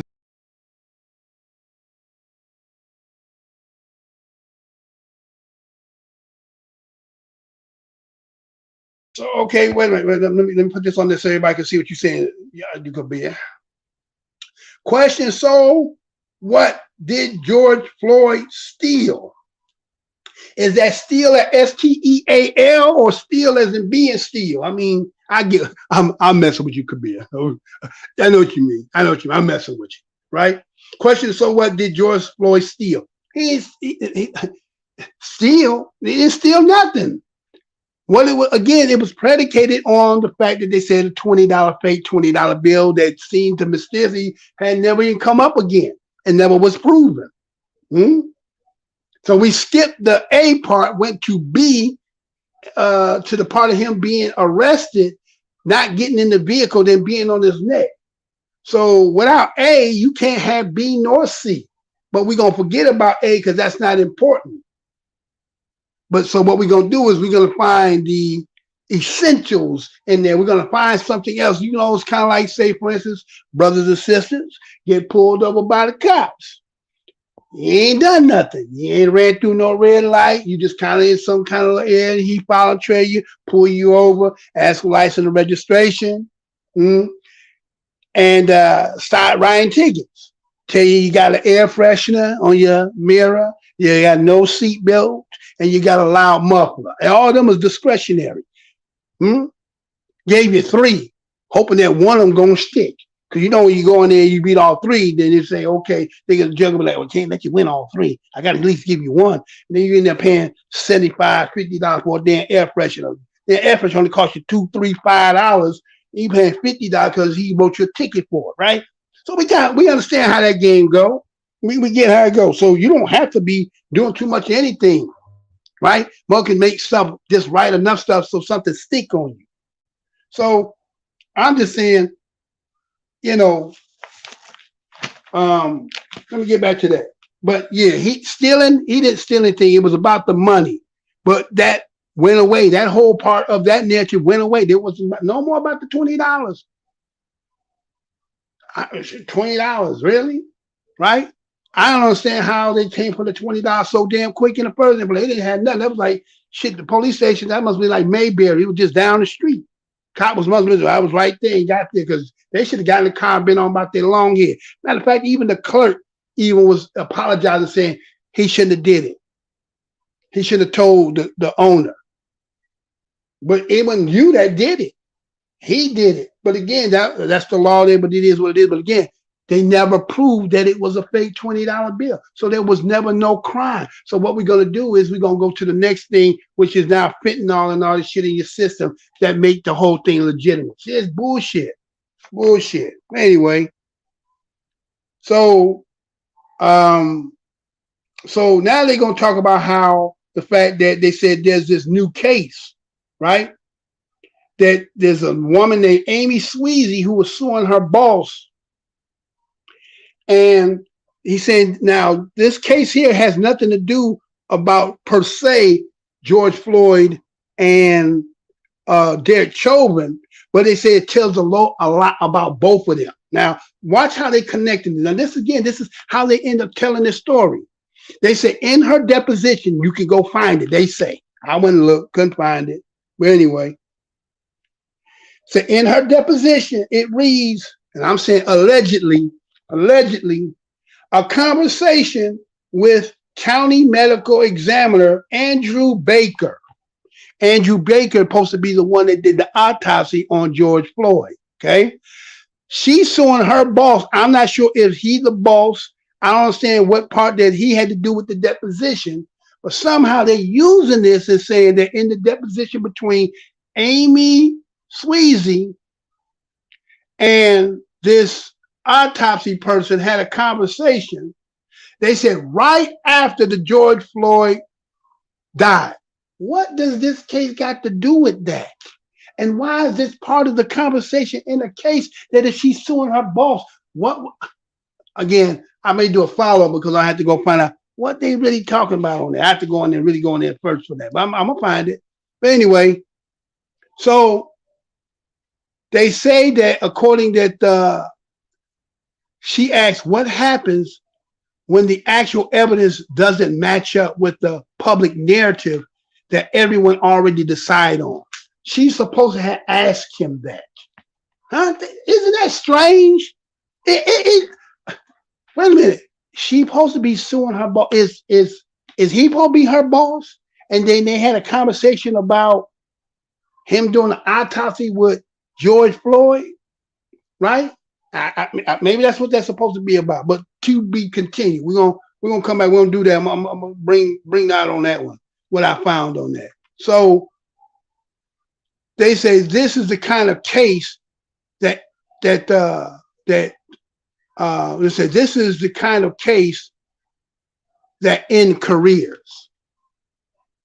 This is the kind of case that ends careers. Meaning, then you heard Carlson Tucker now going to give you what his interpretation, right? Because it may be to some people hearing that, like, what the hell? What are we talking about, right? So Carlson Tucker told you, right? His interpretation. He said everyone, He said everyone from the beginning, the people who knew the truth hid it. That's what he said. You heard Carlson Tucker say, everybody who knew the truth. See, so what does he get by telling? Why are they telling this now? Why are you out here spinning this like this now? Why would we know anything about a case about an Amy Sweezy And the case already been adjudicated in there. So really, won't y'all just say, why don't you, since you know that Andrew Baker lied, why don't you take Andrew Baker's ass and get him for perjury? Why come out with the narrative now you want to say to some people who gullible and who halfway or, lukewarm that, hey, there's a narrative out here now. There's some truth that they didn't want to hear about, that he didn't actually die because of on the net. He actually died because of, he didn't say, did he? He didn't say. He never said it, right? He never said what he died of, but he just said he didn't die from that, right? And so now he goes on and talks about that the people knew the truth, they hid it, and then he said, did you hear him say, allow the revolution? What? Allow the revolution to happen. What revolution? There was a revolution? Then the revolution wasn't televised, wasn't it? The revolution happened, y'all. We didn't even see it. We didn't even know it happened. We seen something, but we didn't know. But Carlson Tucker just said the revolution happened because of that lies. It happened. What does he mean by that? Is that code? Is that code? Okay. So now he goes and then he says that he said Biden gave a purple statement that he's a martyr. Why did he say purple statement? Is he trying to imply like Purple Heart? Is that what is he trying to say purple statement like somebody getting the Purple Heart by the president? Huh? Y'all peeping the Smitties on that? Y'all peeping Smitties? Like a Purple Heart. So he said the purple statement. Really? Huh? He pointed on thick, painting it thick. And them people that be watching them, they believe everything that come out of their damn mouth. A lot of them rationale and logic is just like that. What they say, we believe. Regardless of what we see. Like again, we all know what we see, but they're gonna be like watching NBA, watching the NFL, the color commentary gonna tell you the play-by-play. Yet you watching it. He got the hole, went up the 2-hole, and he went out slide on the sweep, and he broke past the linebacker, right? You was watching it too. You may not know the position, you may not even know the name of it, but you watched it too with the color commentary. So now we're going to change the narrative. Not what y'all thought y'all knew. We got a new one to combat that now. Ain't that something, y'all? And then to finish it off, so we can move on, then he played the violin and says, and children will languish in for the rest of his life. Oh, innocent man. He an innocent man, y'all. Dead children is an innocent man. He's not supposed to be in there because he did not do what everybody think. They lied. What we seen, it was a lie. I don't know, y'all. I can't say for 100. I just know what we seen. Now, what medical say? Well, how about this? Remember, there was 2 autopsy reports. For those of us who've been around, remember it said Faces of Death. Remember that cat? He was the one that did. Remember, he did the second when the family went and got him. Remember the dude? Remember that back in the days? What's it called? Faces of Death, right? The first time they were showing some of the crazy shit. You seen all kind of mugs dying and falling off buildings. And I remember one time I seen it was the one that had the monkey in the cage and had the mallet and busting them over the head, and then white folks taking a toothpick and eating the brains right from the. I know. Anyway, right? So they had got that guy to do the autopsy, and then that would gave the second report. So now what you had is 2 different reports. Now, how is it that y'all both taught under the same, we say under the same, let's say understanding of the science of it, but got 2 different reports? Who was lying? Who needed to lie? You understand? Who needed to tell that? But today, now they want to say that, but we know why they're coming out. Now, he's setting it up, right? He was the first pitcher to come out. Then they said they need the closer. Now watch who this closer is that came on with Carlson Tucker. Watch this closer. Y'all ready to see this? So they went and got this closer to come in here and finish off with Tucker starting, but they gonna have this brother come in here as the closer. Let me do this real quick. Hold on. Get Kabir off the screen there, right? Do that, and then you can do it. All right. So just in case somebody want to, right, put that in, you can move him out. There we go. All right. Now let's move him out. So now check this out. Now watch this, brother. They went and got to be the closer for what Carson Tucker was saying. Listen to this. Be right back. That's a pretty dark explanation. So you're saying that the Democratic Party as an organization intentionally degrades black people to keep them compliant and obedient. Oh yes, in my book Crime Inc. I talk about one of the main things they do, like the mafia and organized crime. They humiliate black people. They do. He joins us now. Vince, thanks so much for coming on. So as with so many other stories, the origin thanks for having me, Tucker. Of COVID, it's a blessing to have you. We now know what actually happened, but the question then is, what do you do with that knowledge? We know that the U.S. government, Tony Fauci, worked with the Chinese to create the virus that overturned the American economy, but what do we do with that knowledge? What do we do with the knowledge that George Floyd was not actually strangled to death by a cop? We have to acknowledge the people that gave it to us and why. See, George Floyd is the Democratic Party's prototypical black man. These are the black men they are trying to create. So George Floyd has to be elevated. He has to be celebrated. He's perfect to them. He was poor. He was uneducated. He was a drug addict. He didn't have a job. He was down there begging and crying and asking the white people to not kill him. To a white Democrat, this is the perfect black man. So he has to be elevated. Look, not a few days ago, Kamala Harris and Joe Biden celebrated hip-hop music. They had a celebration of hip-hop. Hip-hop culture is America's culture. It is a genre. It is music and melody and rhyme. And hip-hop is also an ethos. A music genre that calls the black man the N-word, calls women the W word and the B word, talks about misogyny, shooting police, smoking dope, selling dope, fighting, killing, acting a fool. They celebrated this genre. Why? Because this is how they see black America. They see us the same way they see George Floyd.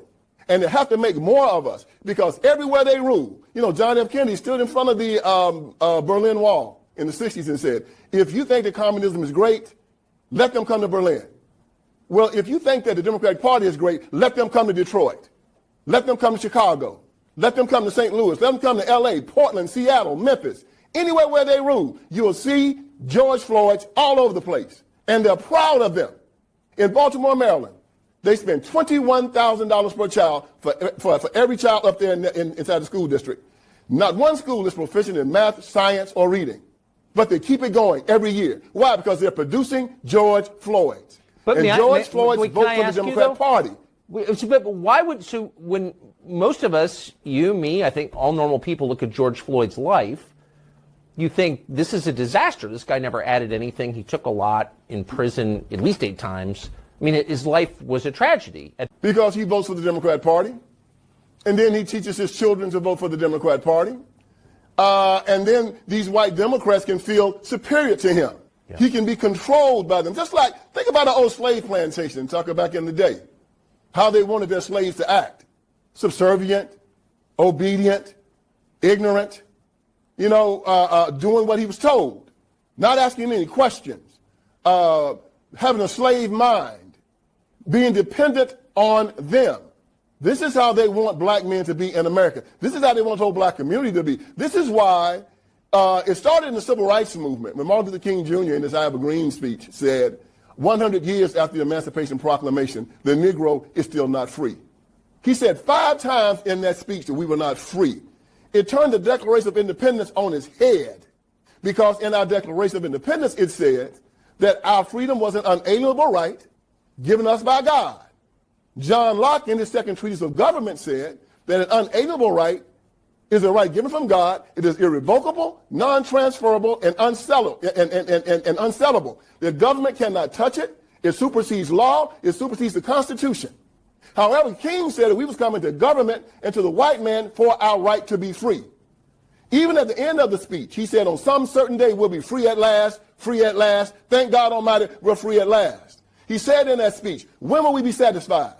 He said, we will never be satisfied until justice rolls down like water and righteousness like a mighty stream. That's a fancy way of saying never. And so black people heard that speech and said that we were not free here in America. And we make our children recite that speech every single year on King's birthday. And they say in that speech, the Negro is still not free. George Floyd was a slave in his mind. And the civil rights movement caused him to be a slave in his mind. And today they're still marching, 60 years later, telling black people, you're not free. Beg for reparations. Beg for affirmative action. Kill your children in the womb. Cut off your child. You castrate your children. Let drag queens come into school and shake their behinds in your children's faces. Run God out of the public square. And then they end up like George Floyd. But the one thing they do consistently is they vote for the Democrat Party, and the places where George Floyd's live, they stay in absolute power.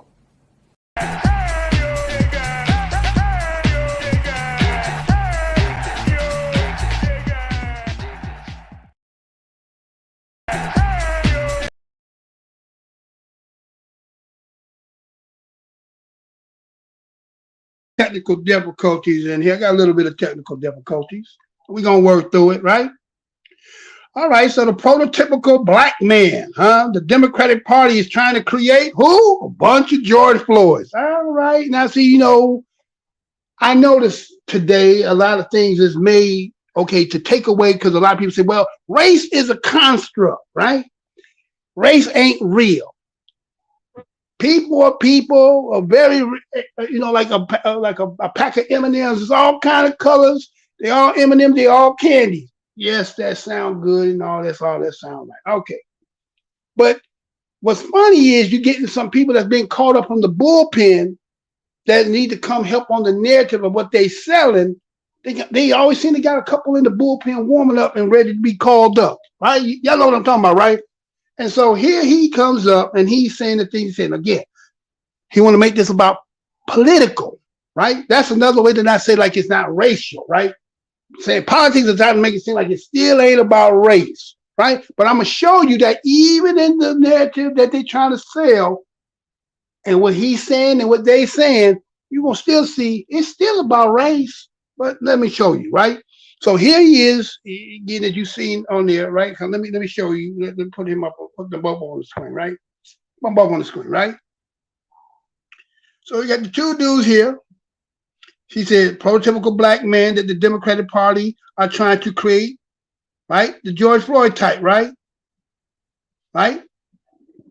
Now, am I sitting here trying to tell you that, again, that, okay, whether to be a Democrat or not? No, everybody has their own right to choose what they believe in the politics that serves and suits you.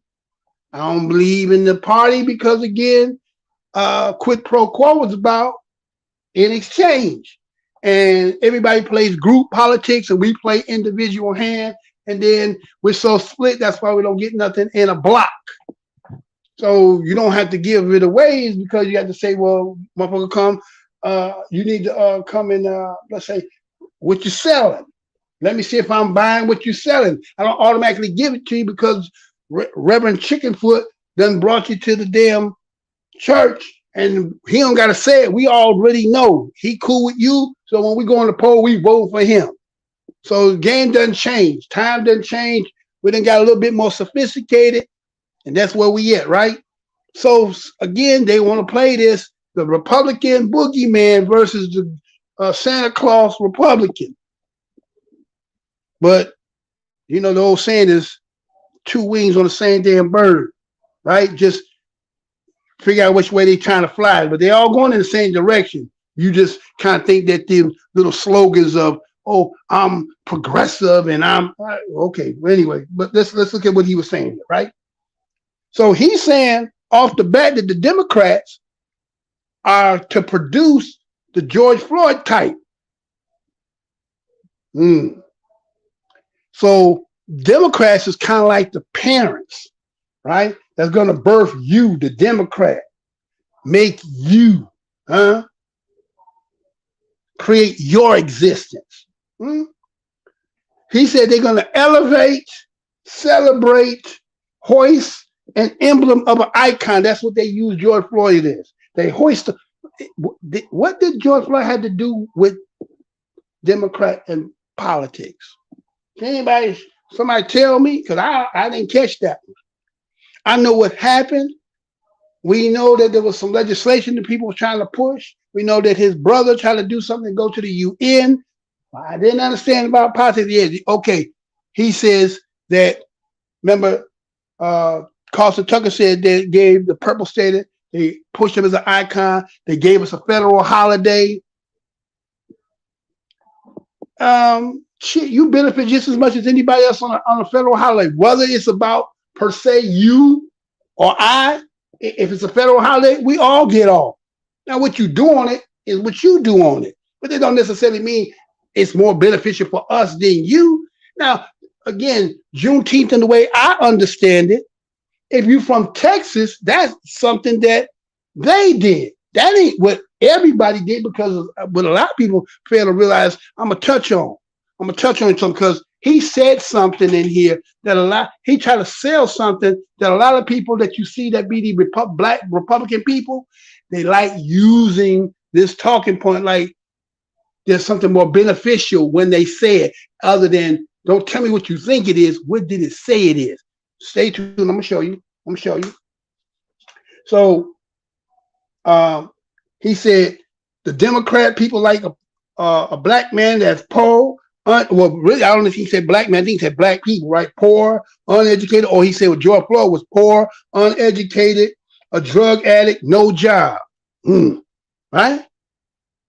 Now, a lot of people who touching the digits, DG Moores, a lot of you ain't never struggled. You ain't even come from struggle. You ain't never had a generation that struggled recently. And there's some of us who, we still there. We ain't moved too much from there.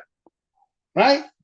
And a lot of people just believe, again, I think that a lot of times that the rationale that many people that cannot connect to other people from different walks of life, those who come from the mud, those who don't never come from the mud can't relate because they think that the way they see it is the only way. You can have a gap in your understanding that makes you not be able to reach out and understand a person because you didn't go through what they went through. So from your perspective, you say it would just be easy to get out of it, but you don't understand that there's a perpetualness in those, let's say, generations of people trying to come up out of situations may not have the God's gift that would be, let's say, sellable to the system, but just enough to be workers. You understand what I'm saying? There's some people who just built, they got gifts, but it's not a gift that he can make a lot of money on. So you use your gift in other ways. Now, other ones who have, let's say, the mental aptitude, for math and science and all kind of other things, right? There's a place for you in there. But other people may be good at, again, like what Malcolm X, the teacher told them, don't be a lawyer, you're good with your hands, right? So you might be good with your hands or doing some things that, again, they look as low. That's not really nothing that we do, right? And some people don't really, y'all look down, it's like saying the garbage man, the truck driver, the bus driver, they make decent money, but for some other people, that ain't nothing to them. You're still too low on the totem pole, right? So, so the variations in skills, levels of this.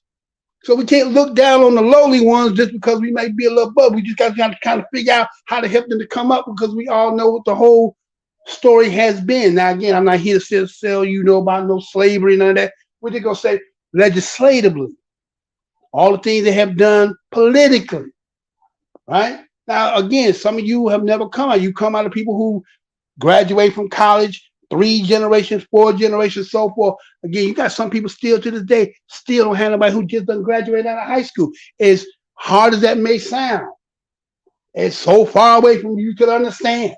It still does happen today. And then when you have a nation, as the top of the show showed you, you're undermining and bringing a whole bunch of people here who they say in their country seems they can't make $1 out of 15 cents, but they can come and make $1 out of 50 cents over here. So what happens? Again, who watched the show what I did with Ben Franklin said about They had a problem when they first came in. They didn't want to bring a whole bunch of people over here because they said what happens is if you start bringing a lot of immigrants here, it's going to cut out the people who are already here and their children ain't going to be able to do nothing. But we're going to see that pretty soon, y'all. We about to see that real soon. You take that, leave that alone, right? So to produce the type of people that they say the Democrats need are poor, uneducated, drug addicts, and no job. You ever wonder how does a person in the hood get to work at a job? Can a person in the hood work in their neighborhood? Do they got to go outside their neighborhood? And if they do, can everybody find a job? So a lot of times what you do, you have to go outside their neighborhood to go find a job, right? So that means a lot of them won't be employed, right? Maybe they're not even, sometimes, let's say for some people, again, people who know they have a decent look, handsome, pretty, you might have gotten jobs with them just based on the way you look. Now let's say somebody else who struggles, I also take, I'm the struggle streamer too, right? I take that shit too. Right? But okay, so let's say somebody like that who don't have the sex appeal or not the appeal of handsome. They may don't get the job for the simple fact because the way they look. Is those factors in this shit? And some people got something that's based on the fact of their appearance. Yes, they have. And some people don't get it because they don't. When they say it's not about what you know, it's who you know, right? Sometimes you just don't know people. Sometimes you can't get a damn job in some place because you don't know nobody to get in. So what happens when you come in there and you limit it to your surroundings? Yeah, gonna be a lot of people with no jobs. And education, well, shit, you rigging the damn system. You the one make the public school system, and then the education that they getting is old education, outdated information. Not nothing so they can compete against yours that you got money. Let's put it this way. If money didn't make a damn difference, then make it all equal on the education and find out that some poor mothers be smarter than the mothers that got money. Do I need to say that one more again? You can find out if you want to find out if you really want competition, you want to see if there's a difference, make everybody equal on the education and find out does your money make a difference when it comes to brains and intelligence. You'll find out you still gonna be needing to rig the damn game because a lot of your kids, because when somebody hungry and thirsty and needs something, got more motivation than somebody who already got something every day. You understand? You gotta go in that damn kitchen and go in there and looking there and trying to figure out what you're gonna put together to eat. Then when it's already in there, you already know you got abundance when you throwing away and the dog eating good sitting at the damn table. Got on a sweater and shirt and shit, right? All that other shit. But anyway, don't pay no attention to me. So here he is selling this. Now, he is as a black man that you see on that screen. You see him on that screen, right? And then he goes on and he says about how he says to a white Democrat, he's the perfect black man. He has to be elevated, right? That's crazy, man. George Floyd was not elevated, had anything to do with damn politics. Y'all might say that, but that's not true. What happened with George Floyd that everybody seen was based on what we saw. Nothing more. Now, was people using political when they had the gold casket and had Al shot it? Yeah, we didn't understand. That was an opportunity for photo shots. And we get that. But that don't mean that's the game that we was playing. You know what I'm saying? So a lot of times everybody take what they see and these photo ops and these people take an opportunity to get in there to get that.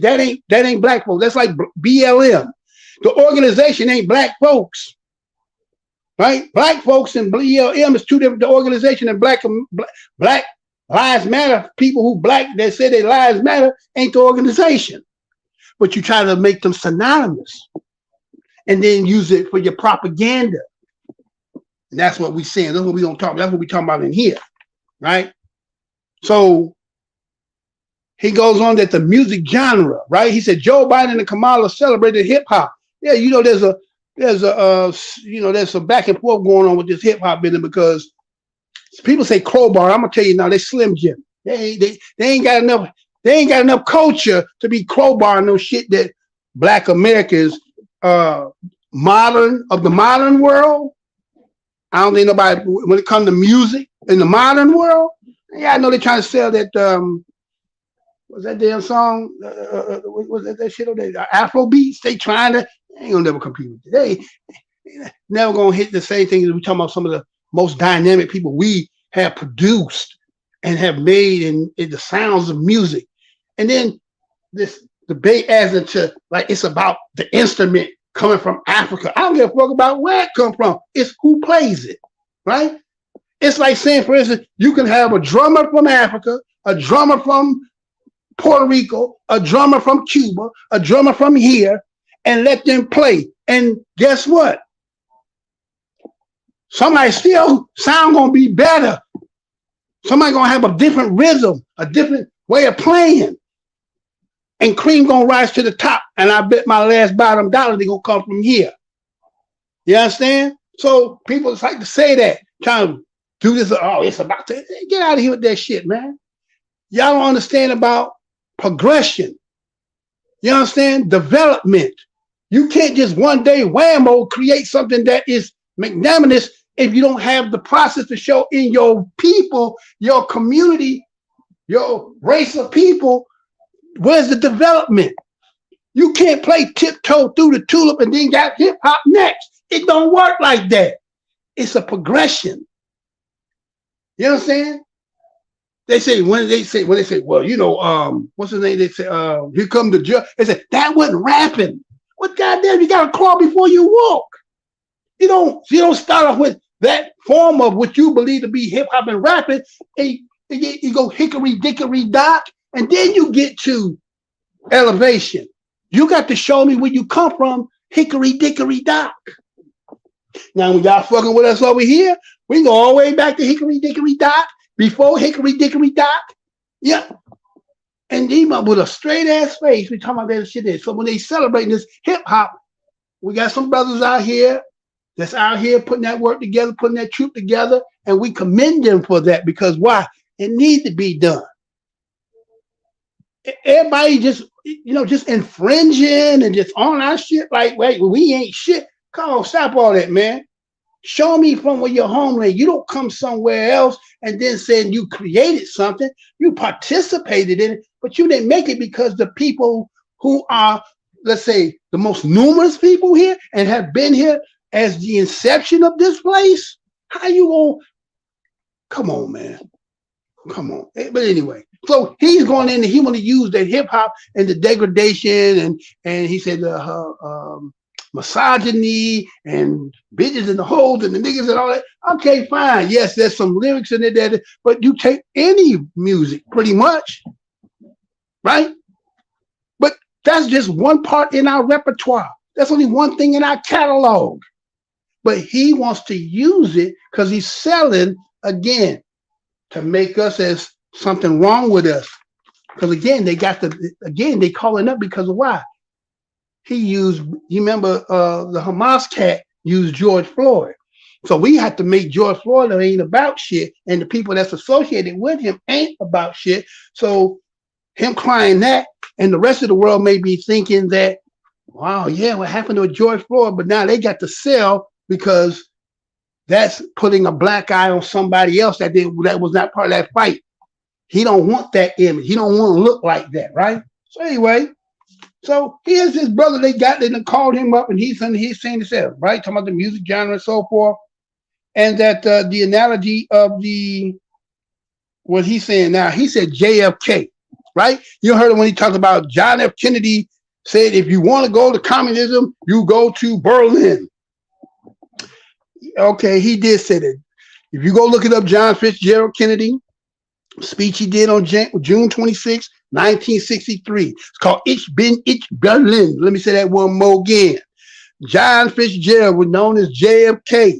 Speech in Berlin about the Berlin Wall, June 26, 1963, called Ich bin in Berlin. That's my German right there. Ich bin in Berlin, right? That's what that was, right? And that's what he said. He talked about that, right? Now, what's funny is they talk about communism, right? Communism. Communism is tied in with some other things because you heard them talk about Marxism, right? Who was Karl Marx? Do y'all know who Karl Marx was? Karl Marx is also in the family Of the Rothschild. Let me say that one more again. Did you know Karl Marx is in the family of the Rothschilds? He is related of him, I think his mama's side, right? I think it was off his mama's side he was, right? So now you saying that Marxism is also tied in with, them folks? Oh, they tied in with them folks too. Oh, wait, okay. Then he said something, he talked about MLK, did he not? Didn't he mention MLK? Didn't he say something like that, right? Right? You know what Martin Luther King said? Somebody told a lie one day. Right? Somebody told a lie one day, right? And you heard him go into this whole thing, or you gon' hear him say, right? But King had some people that was helping him writing a lot of that stuff that he was saying, and they used to demonize him as a communist, right? And then he talking about Marxism, and Marxism, communism is also tied into same thing that international with that Levant business is with the same people. When you find out, well, I might touch it. I might do it. I ain't gonna promise. I'm gonna say I might do it. I might go ahead and tell you when nobody ain't gonna tell you about that, how they got over there. How did they really get over there? But that's later on down the line, right? So somebody told a lie one day, couched it in language. They made everything black, ugly, and evil. Look in your dictionary and see the synonyms of the word black. It's always something degrading and low and sinister. Look at the word white. It's always something pure, high, clean, right? Right? Right. So remember, they even got the speech where he said, well, Martin Luther King told us, be proud, be black and proud. We don't like playing that part too much though, right? Now again, some people, what he did, what he stood for, may agree, may disagree. But you're trying to use him in a way to badmouth and say black people were Democrats. But then you use Martin Luther King. But let me give you something. Pull up close to him. Listen to this. Martin Luther King was a Republican. Let me say that one more again. Get up close. You got your ear there? Look. Martin Luther King was a Republican. Did he not know that? You forgot that part, right? You talk about all that stuff that you said, right? Oh, he said, really a bunch of nothing. But he was a Republican. He wasn't a Democrat. And you a Republican, right? He was in your party, right? Not that I'm trying to make a difference. I said that the Democrat is better, but I'm just saying he forgot about that part. He forgot that. And then we talk about John F. Kennedy. Was he a Democrat? And talking about communism. And then he said he used communism to talk about how in the cities and how they're ran by Democrats and saying that the crime, well, just like you said, the Democrats are creating poor black people, uneducated. Well, that's part of it. Red light area, people who've been there for generations, can't get out of the muck and mire, might want to aspire to something more than that. But if they can't, let's say sling a jump shot or sling a crack rock, then they have to use their mind. And if you ain't been around nobody to help you develop your mind, and if the school system, as he said, is creating George Floyd, then the game was already rigged, was it not? But they don't want to really admit that part though, right? They don't want to admit that. Anyway. So let's go to the next part here. Let's go to the next part. So listen to this, be right back. Because I want to know, you know what? Hold on. No. Let me do this. Because he said something. I want to show y'all something he said. Because I think, did he say it on this one or was it the next one? Hold on. Did he say this? Hold on. No, it's the next one, right? I think it's the next one, right? Yeah, he said, yeah, I think it's the next one. So listen to this part here. And we be right back. I appreciate all y'all being here, hitting that like button and so forth. Glad you're here. Again, this is what we do. Normally do this on Sunday, but let me just go ahead and be truthful with you. You know how when you got something to do, so you got a wife, lady, whatever, you know you got something you got to be doing, and they have to be running late. Now, they know you got something to do and running all late, and you can't do what you need to do because their ass is late, right, so? Take it for what you hear when I'm telling you. It is what it is, right? Okay. All right, so let's go to the next part here because I want to take what he said He said he was saying some little slick stuff. Not really slick. It's not really slick. It's just that a lot of them like him. And I'm not saying he a bad brother or not. I'm just saying you being called up on the bullpen and then y'all come on there being used by them. You remember like Eddie Murphy being in the car with Mortimer and Randolph, and they say, we're going to give you a house, car, and we're going to give you $80,000, and we're going to help you to run our company. Yeah, okay. Remember, Eddie leaned over to the driver. He said, these dudes for real? He said, they ain't funny, is it right? He said, nope. You know, the driver didn't say nothing, but just nodded his head. He said, you won't stay? He said, I don't mind if I stay for a while. Well, that's what happened with a lot of y'all. Y'all get them jobs with them, and they owe that money, got that house and that car. Who you loyal to? You ain't finna be loyal to me. And we come from the same thing, but you can separate because why? You doing better. I'm still down in the muck and mire. I still ain't got up yet. You know what I'm saying? I'm the diamond in the rough. I'm the cat that been down here this whole time because why? The system have seen me from when I was little, right? And said, he got potential. So we gonna make sure he don't grow. Just like this channel. You understand? Just like this channel. I've been fighting this my whole damn life. So some people don't believe that you can have diamonds in the rough. You can still have mugs down up in the way, up in the hood that got potential and good, but can't get out of there because, you know what I'm saying, motherfucker be like, hey man, you know what I'm saying? You get older though. You know what I'm saying? Because really, if you look, you say, he ain't supposed to be that fluent. You ain't supposed to be, you know, you kind of, you know, you something else, right? So when you see me put that up there, that's for a reason, right? Okay, anyway. So let me show what he said on the next one, then let's move on, right? Listen to this other part he say. We're gonna get to the nitty gritty and get up, because I got a couple more for you. Because I want to show you what he said and then show him that people that talk like him, that think like him, they be selling shit. But here you go. That's a pretty dark explanation. So you're saying that the Democratic Party as an organization intentionally degrades black people to keep them compliant and obedient. Oh yes, in my book Crime Inc. I talk about one of the main things they do, like the mafia and organized crime. They humiliate black people. They demoralize them. It's a Marxist construct. They demoralize their people. They beat them down. They tell them that they're victims. Well, it was Martin Luther King Jr. that said, they tell you to pull yourself up by your bootstraps. Well, how can you pull yourself up by your bootstraps when you're bootless? You know, he told us we were bootless. You know, you have black preachers, and you've heard, you know about my iron triangle, the black preacher, the black politician, the black civil rights worker. They go into the black community. Consistently, you're a victim. You're oppressed. The country hates you.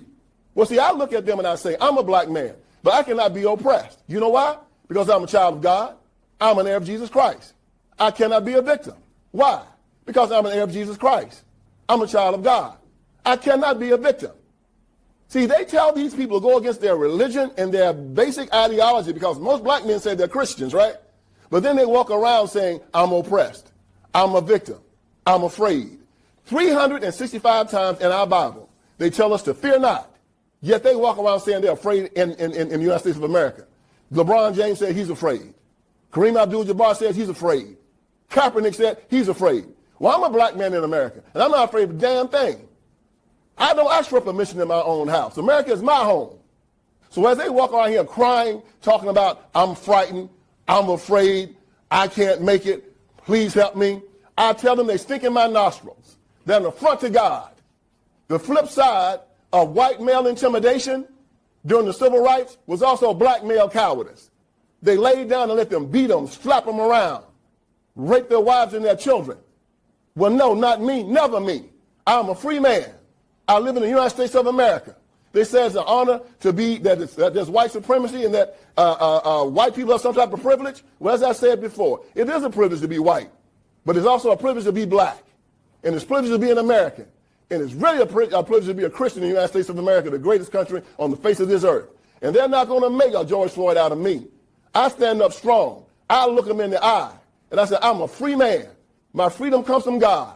It's an unalienable right given to me by him. You cannot touch it, and if you try it, I got two things that'll get you off of me. Jesus and my 38. Come try me out.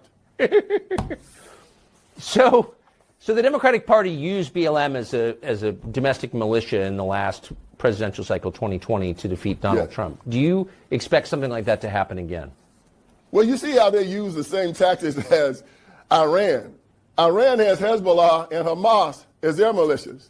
And the Democratic Party uses BLM and Antifa as theirs, throwing the rock and hiding the hand. Of course they're going to do it. They've always done it. Even at the beginning, they used the Ku Klux Klan for the military ring. Now they're using BLM, they're using Antifa, they're using NAACP, and they're their suicide bombers. They're their shock troops. They're their brown shirts.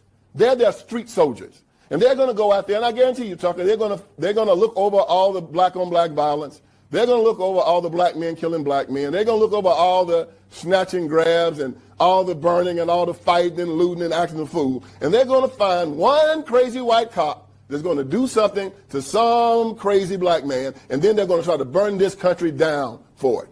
That's their plan. That's their template. I hope America's ready for it because it's coming. And it always works for them.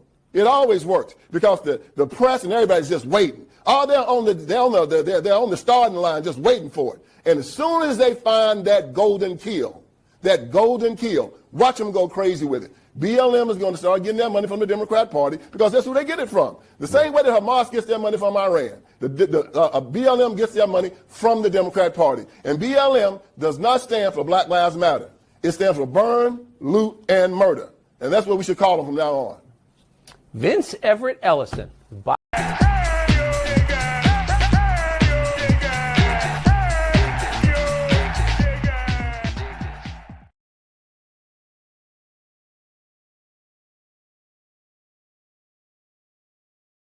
Wow. Well, that's something, man. That's really something. Well, I mean, what he said there, man. Oh my God. Huh? Like I said, pull you up in the bullpen. A lot of y'all, that's what a lot of y'all is. Some of y'all, I'm not saying all of you, some of y'all know who y'all is. You know who he is. You know, I understand you gotta do what you gotta do to survive, right? So here he is. He said, now here he is as a black man saying that this party humiliates black people, right? It's a Marxist construct. Remember again, this Marxist construct. Remember I told you Marx was tied in with the Rothschilds, and the Rothschilds and them is who? Oh, okay. But I'm gonna post something to you. Do you know the party they in? I'm sure. Stay tuned. If you didn't know, I'm gonna show you something. So he blames that Martin Luther King told us that we was bootless. He didn't have to tell us nothing. A lot of us was living it. Right? Like I said, there's some people who ain't come from struggle. Didn't live in what we say hoods and projects. Some people they ain't never come there. They ain't never had to struggle like that. Okay, so you wouldn't understand that. Don't mean that you look down or so, but you maybe did because it's a different mindset, right? It's different existence, right? But Martin Luther King didn't teach about bootless. It was just something that was real and that was happening. So black politicians, reverends, and activists, he said that they sell victimhood, right? You know, there's a lot of people say victim because, again, as he say, you're a victim, you're oppressed, they hate you. May not be everybody, but there's every situation for its own. Some people go through that. Many people are oppressed. Can't say that it's I mean, look at the history. The history in itself tell you there was things going on. Again, it may not be blanking that, maybe not everybody, but it did happen. Then he goes into, I'm a black man and I can't be oppressed. I'm a child of God. All right. Right. He's an heir of Jesus Christ, and I cannot be a victim. Cannot be a victim. What it say about Jesus? You pick up that cross like he pick up that cross if you be a follower of his. So if you ain't, then whose side you on? Anyway, moving on, right? So he tell them they go against their religion. He said that we go against our religion, the basic ideology of Christian. Now, wait a minute. Go back in the history of Christian and who was Christians, let's say between 7 and about 700, 500, between 6, 7, about 6 or 700. What did Christian and Muslim mean? Was it really about religion or was it about like kind of race? It was like a racial thing, right? Crusades. Is that still prevalent to this day? Does what happened out there in that Levant got anything to do with the Crusades and them people that's being oppressed? Because it's like kind of a mirror, right? Mirror is in the west, is in the east. If you take that, if you trace Jerusalem and come straight across straight line, you will be in Georgia. All right. On the map, on the map. If you go on your Google map and get that straight line, you'll get a straight line from Jerusalem to Georgia. Anyway. So he says, they tell me I'm afraid. He said there's 365 times in our Bible to fear not. Now, he's sitting here with, Carlson Tucker being a white man. He said that there was white man intimidation was black man's cowardice. White man's intimidation was black man's cowardice. Again, you can't blanket that because you had some of our people who was fighting back. It wasn't always just coming and doing, again, being outnumbered is being outnumbered. But then there was time when it was like, okay, they stood their ground. So to say cowardice, right, you belittling, right? And then he said about how they laid down and let them beat them around. He born in 1963. Try to find his background. Try to figure out what is he? Because a lot of people today hide. Again, a lot of people don't like. Okay, if you're not cut from the cloth of being whether it be indigenous to this land, you have long history in this land that your people you cannot trace immediately, relatively from somewhere else, right? A lot of those people who don't fit that don't want to tell you where they from. They even use the fact that they were being anchored here. Parents came here somehow and then be anchored here. And then they say that they here like you here. Yeah, you might be under the guise of the game and the rules, the shit that they say about that. But there's still a difference between you and I. And it's not trying to separate us. It's just saying there is a little difference. So we have been going through this much longer than many other people do. And so when you can be a bullpen for them and come speak on the behest and not be one of us, we understand why you're doing it. And now it makes a lot more sense. But when you hide that, we had to say, why are you hiding that? Right? So, well, you ain't showing yourself. Well, shit, you ain't saying what I'm saying, right? It ain't about hiding my damn self. I ain't doing it for the notoriety. See, when you were somebody who grew up and had notoriety and power, you ain't fiending for that shit. It is what it is, right? Now, there's some people who come on here, they looking for that. They want all that intel. I don't need all that. Focus on what I'm talking about, not about what I look like and what I'm about. That's not the important part for me, right? That's for other people. That's what they want, the fame and the notoriety and all that. You can have that. It don't mean shit to me, right? But for some people, that's what it is. Now, this is the part that I want to talk about because it's the funny part that he's saying here, right? He says the Democrat used BLM as a domestic militia. He says something like a tactic, like he made Democrat BLM. Now, again, remember, BLM got two different ways to look at it. Black Lives Matter, the organization, and there's Black Lives Matter, the people.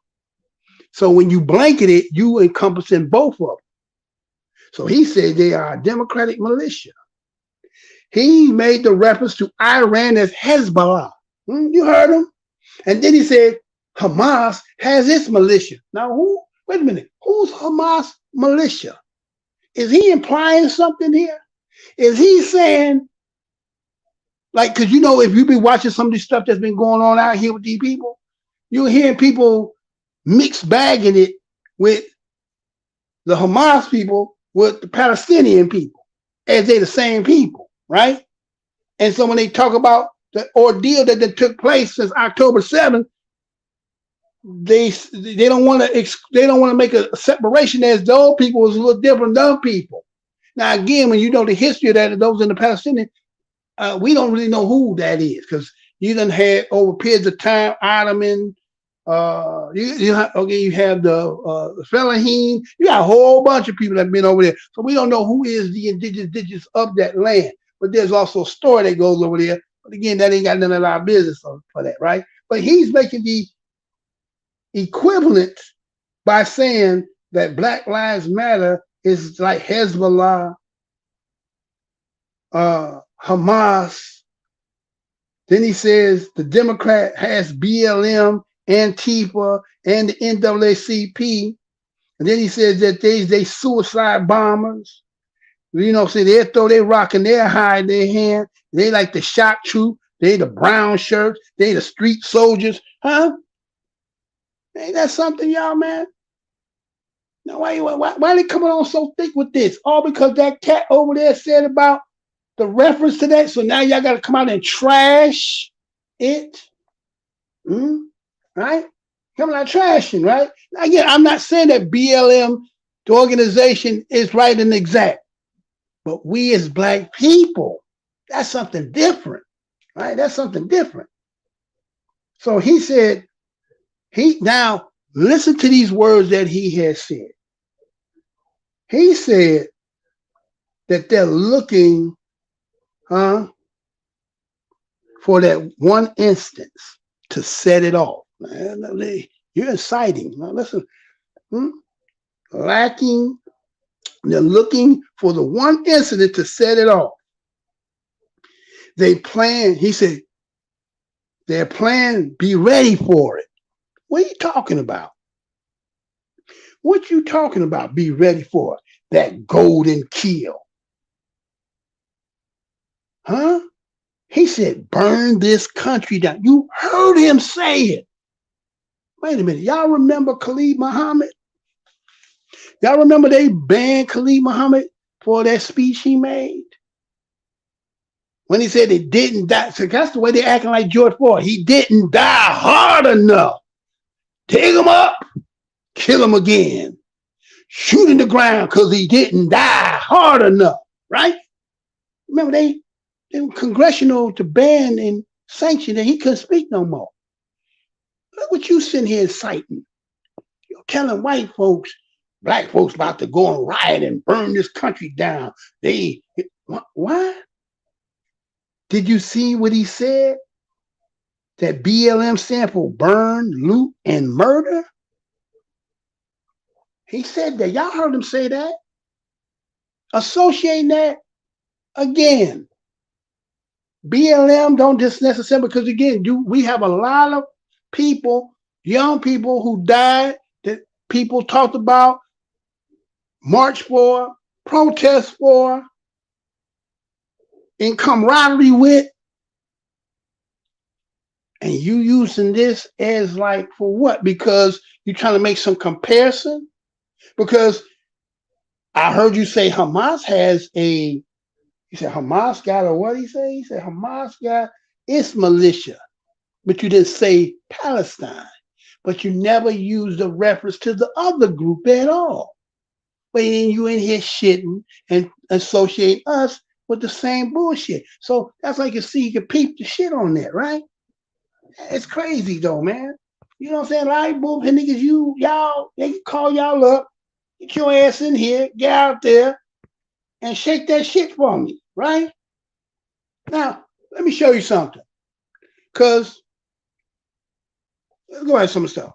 Now, you remember he said that he made some reference to the fact that, he's free, right? He said some shit to the fact that he's free, right? He said on the end of, he said what Martin Luther King said in his speech made Independence Day turn over. Now, I'm gonna ask y'all a question.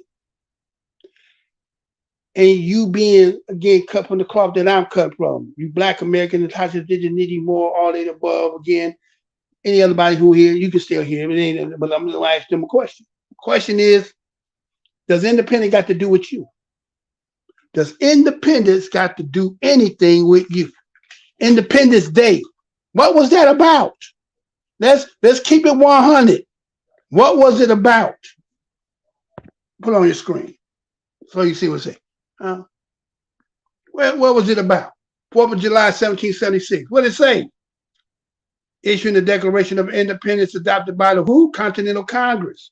July 4th, 1776. The 13 American colonies severed their political connections to Great Britain. What they got to do with you? What they got to do with you? What they got to do with you?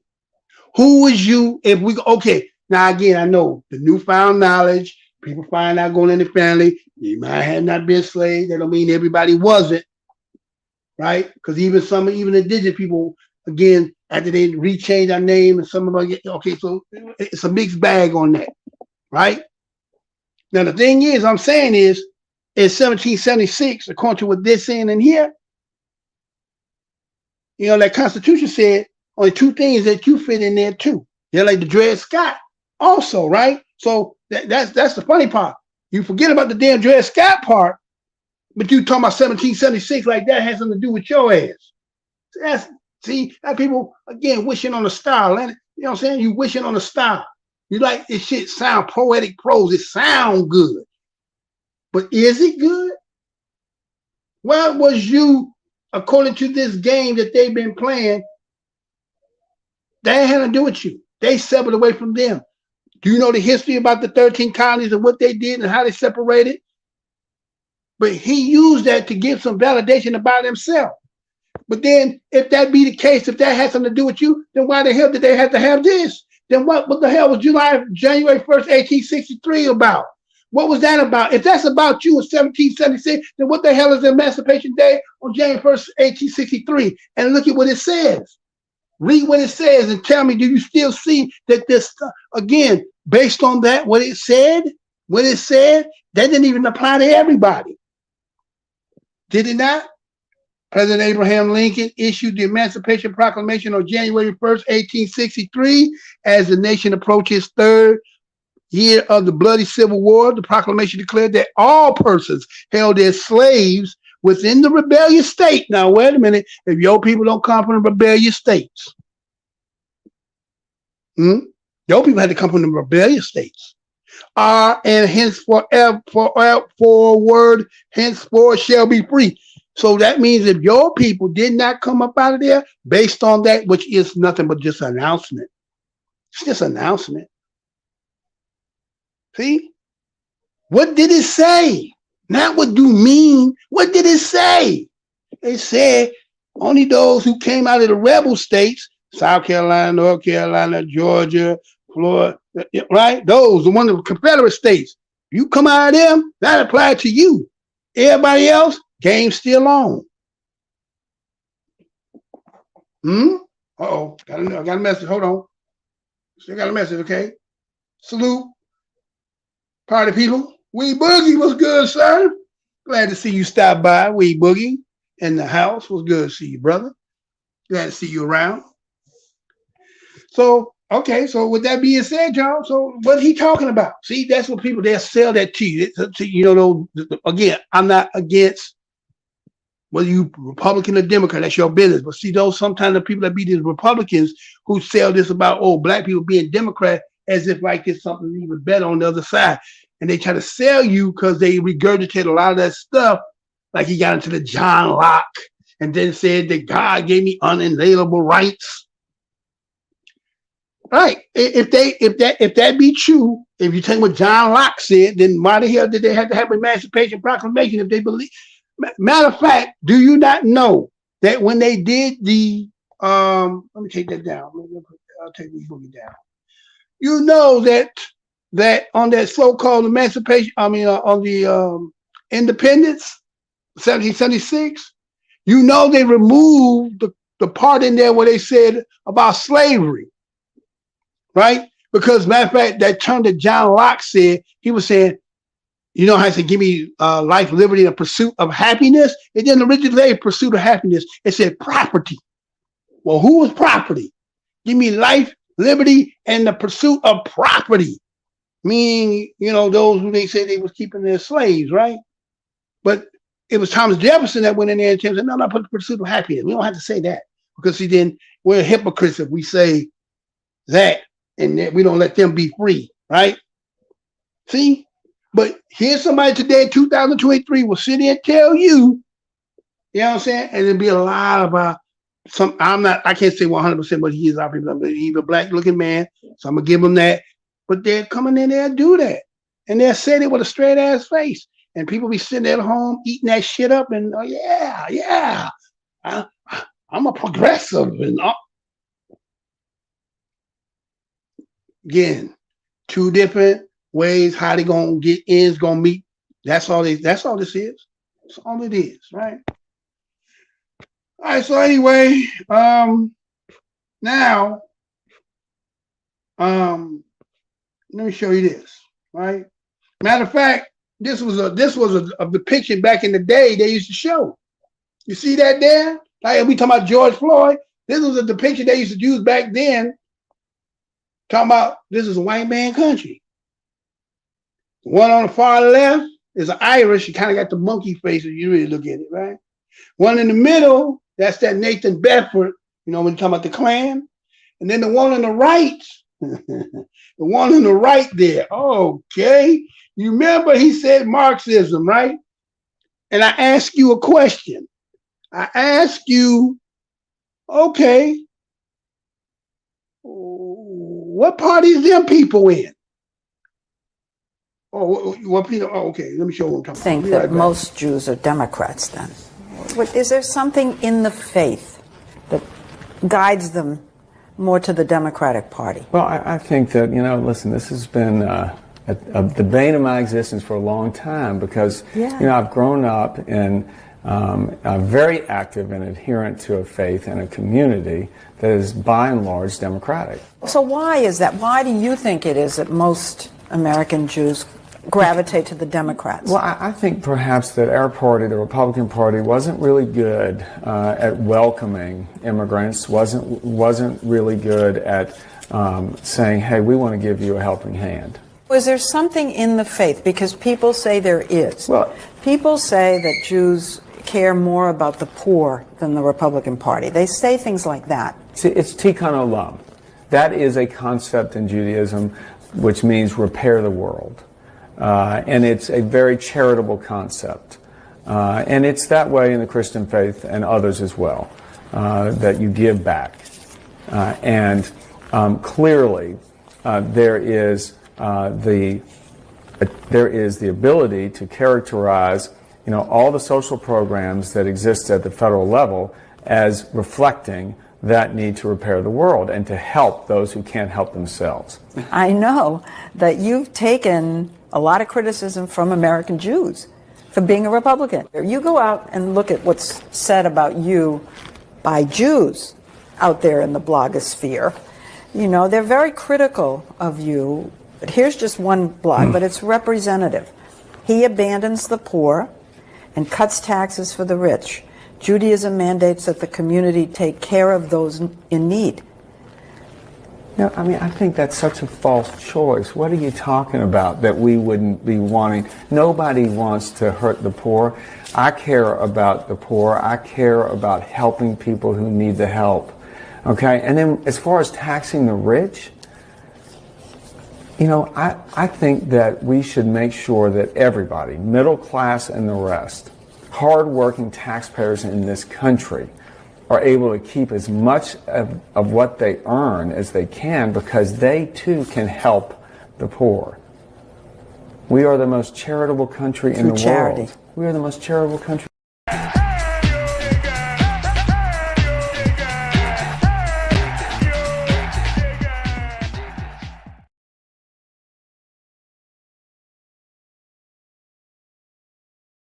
Said, right?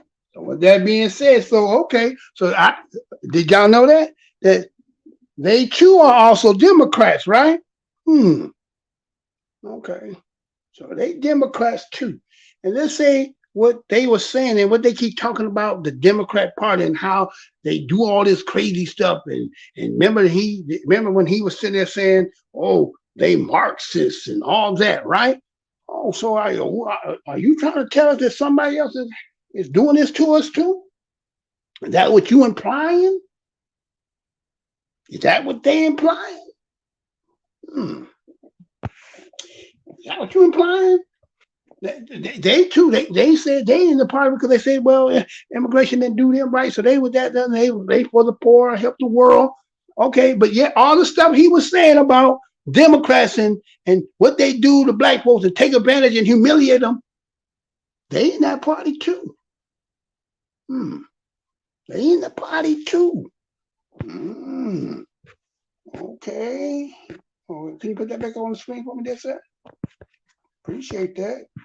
Yeah, put that in. We almost done. Shit, we almost at 3 hours. We almost done, y'all. Right? So ain't that something? Huh? He says that, right? Put that back on. Yeah, put that back on. Right? No, not him. The other one. Yeah, him. Right? So So what was his brother? What he saying it again, and they part of the party. I don't know if a lot of people knew that. But what we did, we see Bernie Sanders. We done seen them, right? And so it's all this badness that they keep saying that about that party. Why would they want to be participant of that and doing it? Okay, I don't know. But that's what he's implying, I guess, that party and our people being in it in the way they taking advantage and doing to us.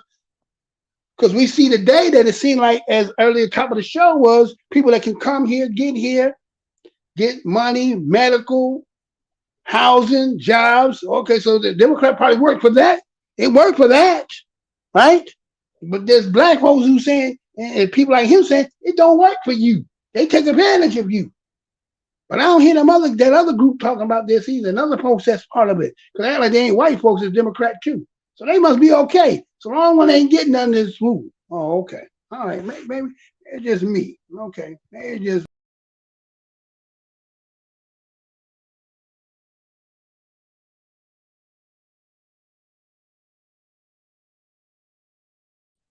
listen to this.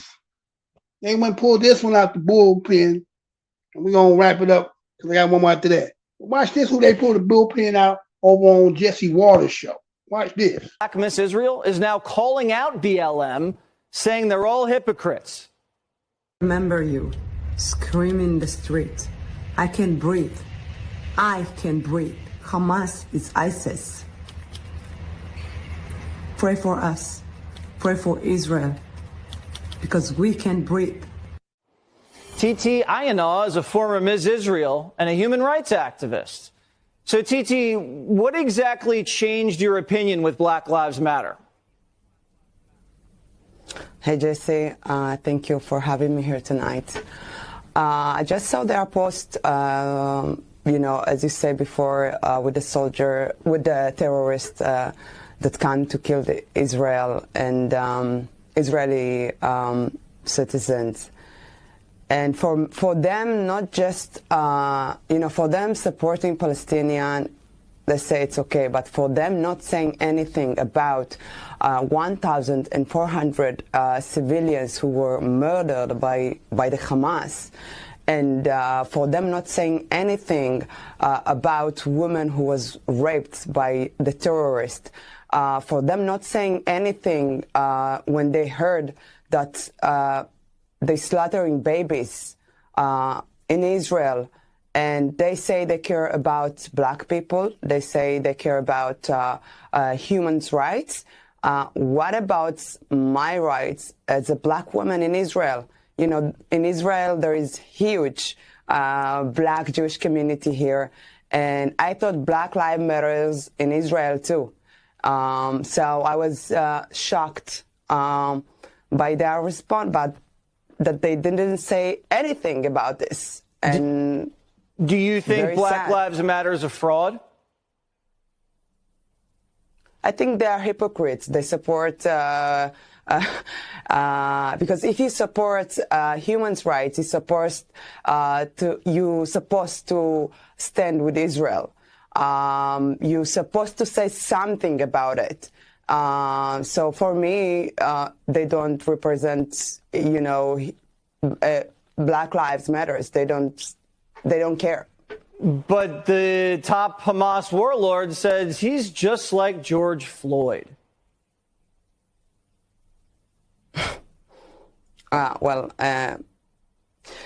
Hamas, they are a terror organization that nobody should support and listen. They are the new Nazis. They are bloodthirsty monsters who come to the innocent civilians' houses and murder. They come to the festival, to music festival in Gaza Strip and murder young, beautiful, Israelis. And nobody should support Hamas, and nobody should listen to them. And for the word just coming and saying that they are supporting this organization, they need to know that they are supporting the killing of innocent, helpless civilians. There is now in Gaza hostages. I am a mother. I know you are a father too.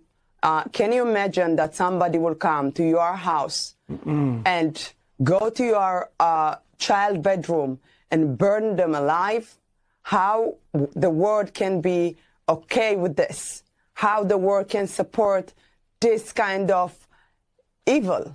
This is what I don't understand. It is evil. And I'm glad you used that word, because a lot of people are afraid to use that word. In this instance, you have to call it what it is, and it's evil. TT, were you trained to be in the military when you were in Israel? Yes, I was officer in the military army and in the Israeli army. Have you considered, going back there and doing your duty? I will always do what my country need me to do.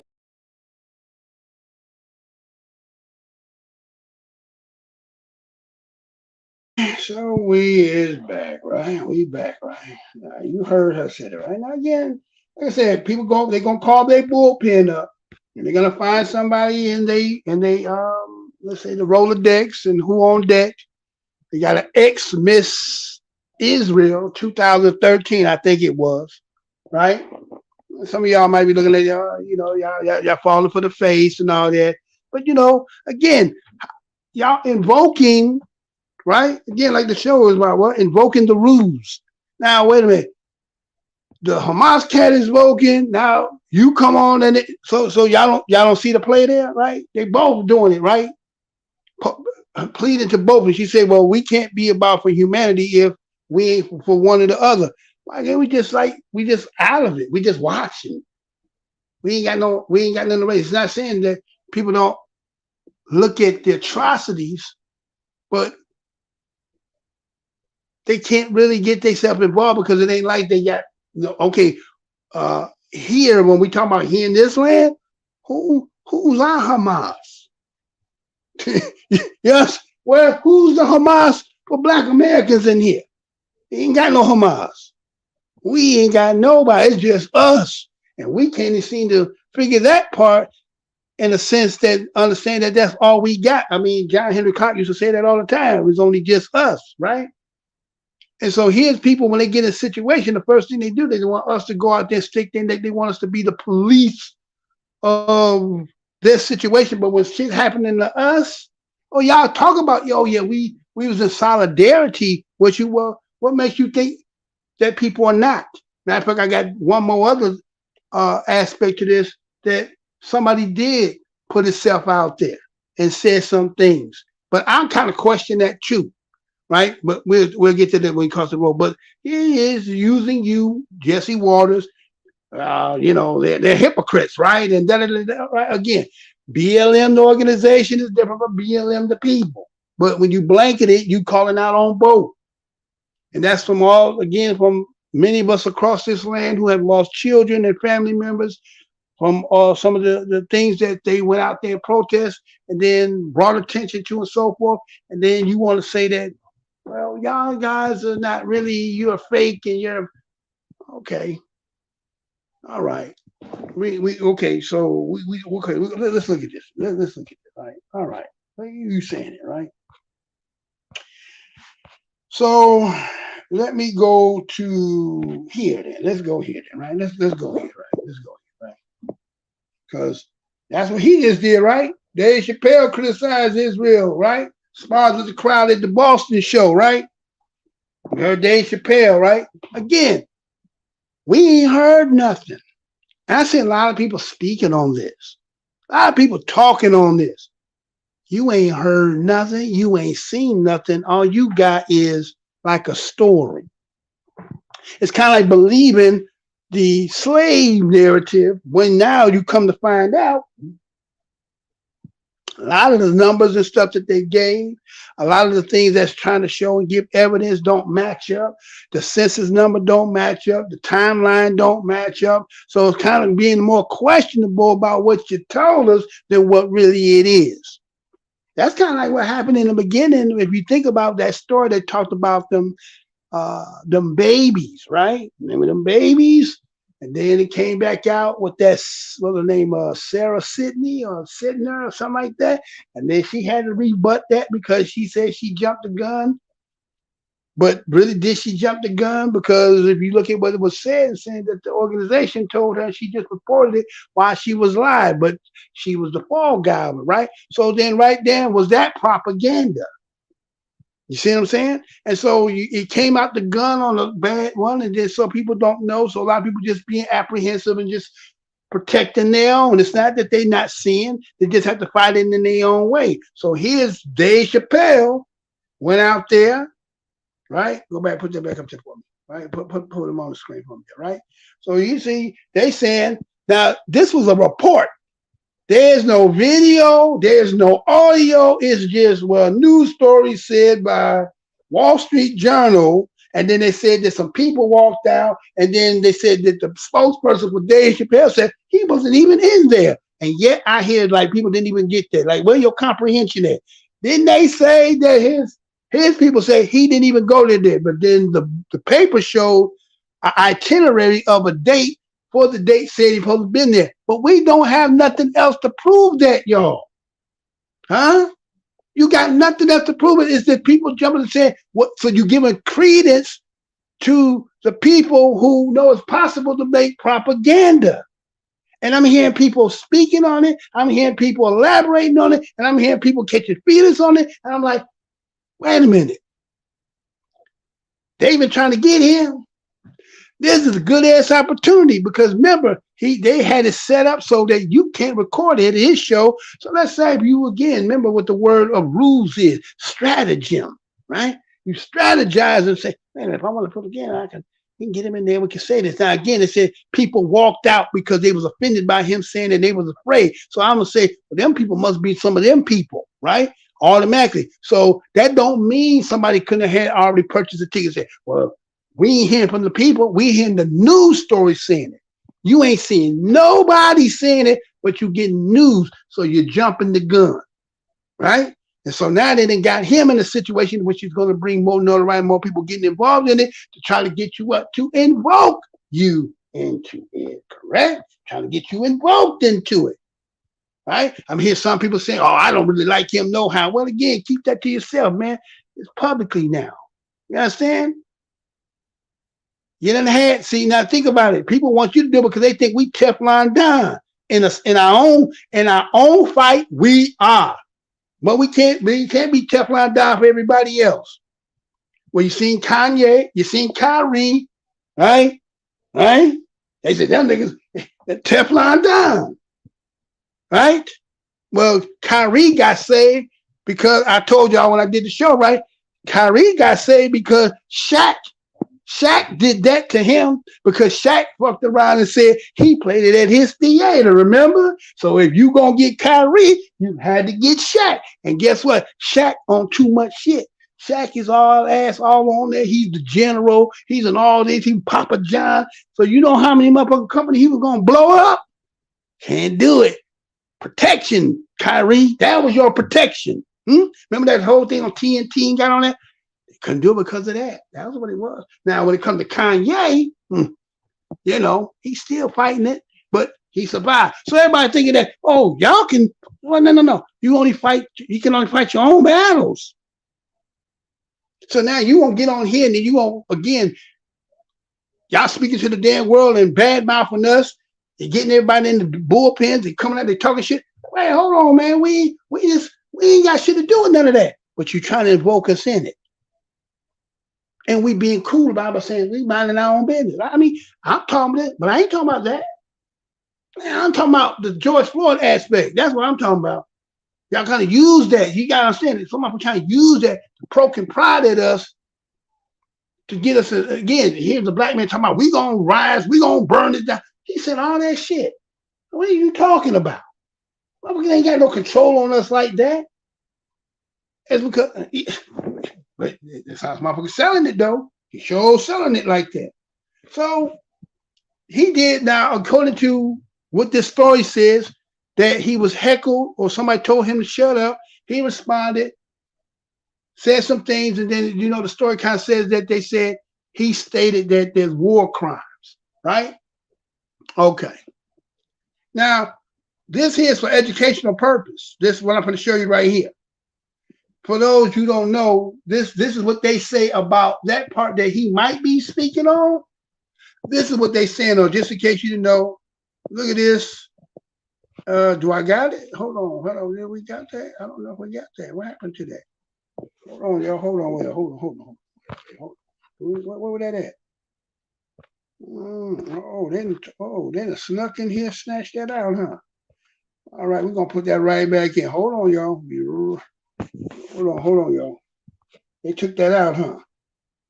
They slick with it. Hold on, y'all. They slick with it. Hold on. They slick with it. They done went in there and removed that. So it ain't even in there. Let me put this back in there. Hold on, go there. Yeah, they done, hold on. Put back in there. Yeah, they took that out of there. Somehow that got taken out of there, which is crazy. Yeah, let me, I'm gonna put it back in there. Just give me 1 second, y'all. Give me 1 quick second, because it took that out of there. That's slick. Yeah, I guess the way they doing it, they can do it if they wanted to. Yeah, it look like it's gone. Hold on. Damn, wait a minute. Hold on. How'd that gone? Hold on, y'all. 1 second. Hold on. Here we go. Yeah, that's slick how they did that. That's slick. Hold on.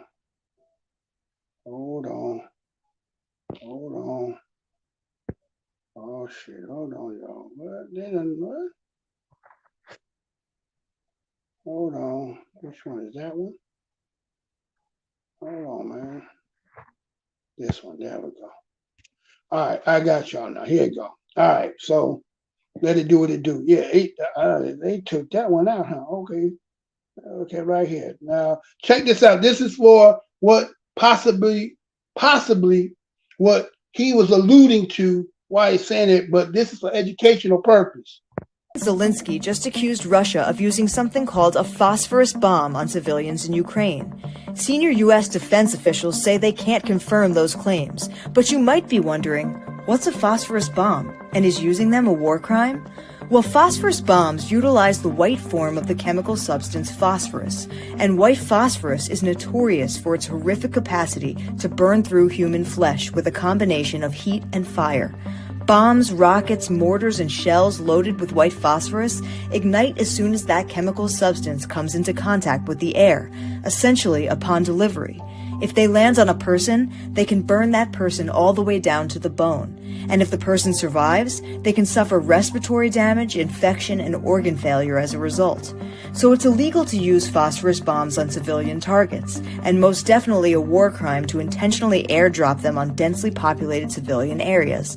But as a general rule, white phosphorus actually isn't banned outright by international weapons law or the law of armed conflicts. In fact, militaries around the world, including the US military, regularly possess it and use it, and they're allowed to, utilizing its ability to produce a thick white cloud for smoke screens and to obscure and mark targets. White phosphorus has been used in Korea, Vietnam, Afghanistan, and Iraq, just to name a few. And during the Syrian civil war, Russia reportedly helped the Syrian government drop phosphorus bombs on its own people. If indeed they're being dropped on civilians in Ukraine, that would constitute a serious war crime.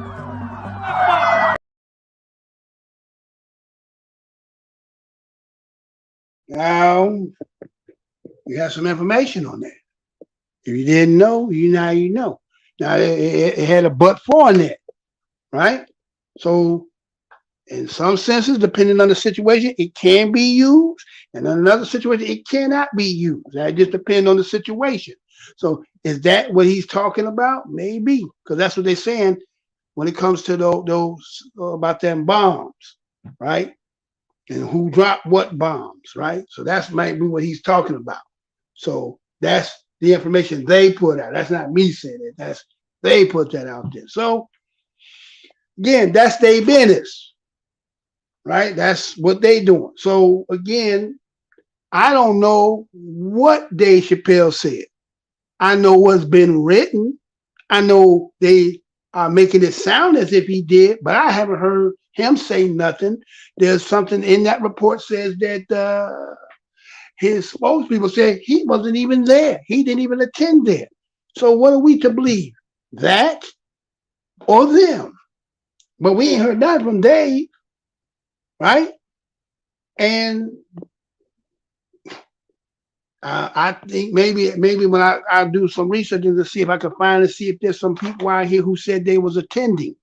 And it should be a lot of people that should at least have that or be able to reveal whether how true that is. But if you're just going to have just the article and this being the only thing to validate that, is that propaganda? We don't know. You know what I'm saying? But people are running with it like it's true. You don't know again, right? So again, invoking the ruse, right? So somebody of this magnitude who, cross a lot of barriers and then being part of them people can get you involved in getting us to talk about some shit. And again, that ain't our fight really, right? That's not our fight. But we recognize and we understand what's going down. Again, we the west part of that party. You understand? But anyway, this has been WeUpReport. I want to thank all of y'all for being here, right? Glad y'all came stuck around. Yeah, let's put that up there one more again, just in case somebody in here will be like to, give to the show. We do a lot of stuff before we, when we come in here, we ain't gonna tell you what we heard. We're gonna tell you what we know. I'm not, again, that other part. So I could have went into something more. I was gonna say as to the history of that, but ain't no need to get in that because why that ain't really, that's their issue.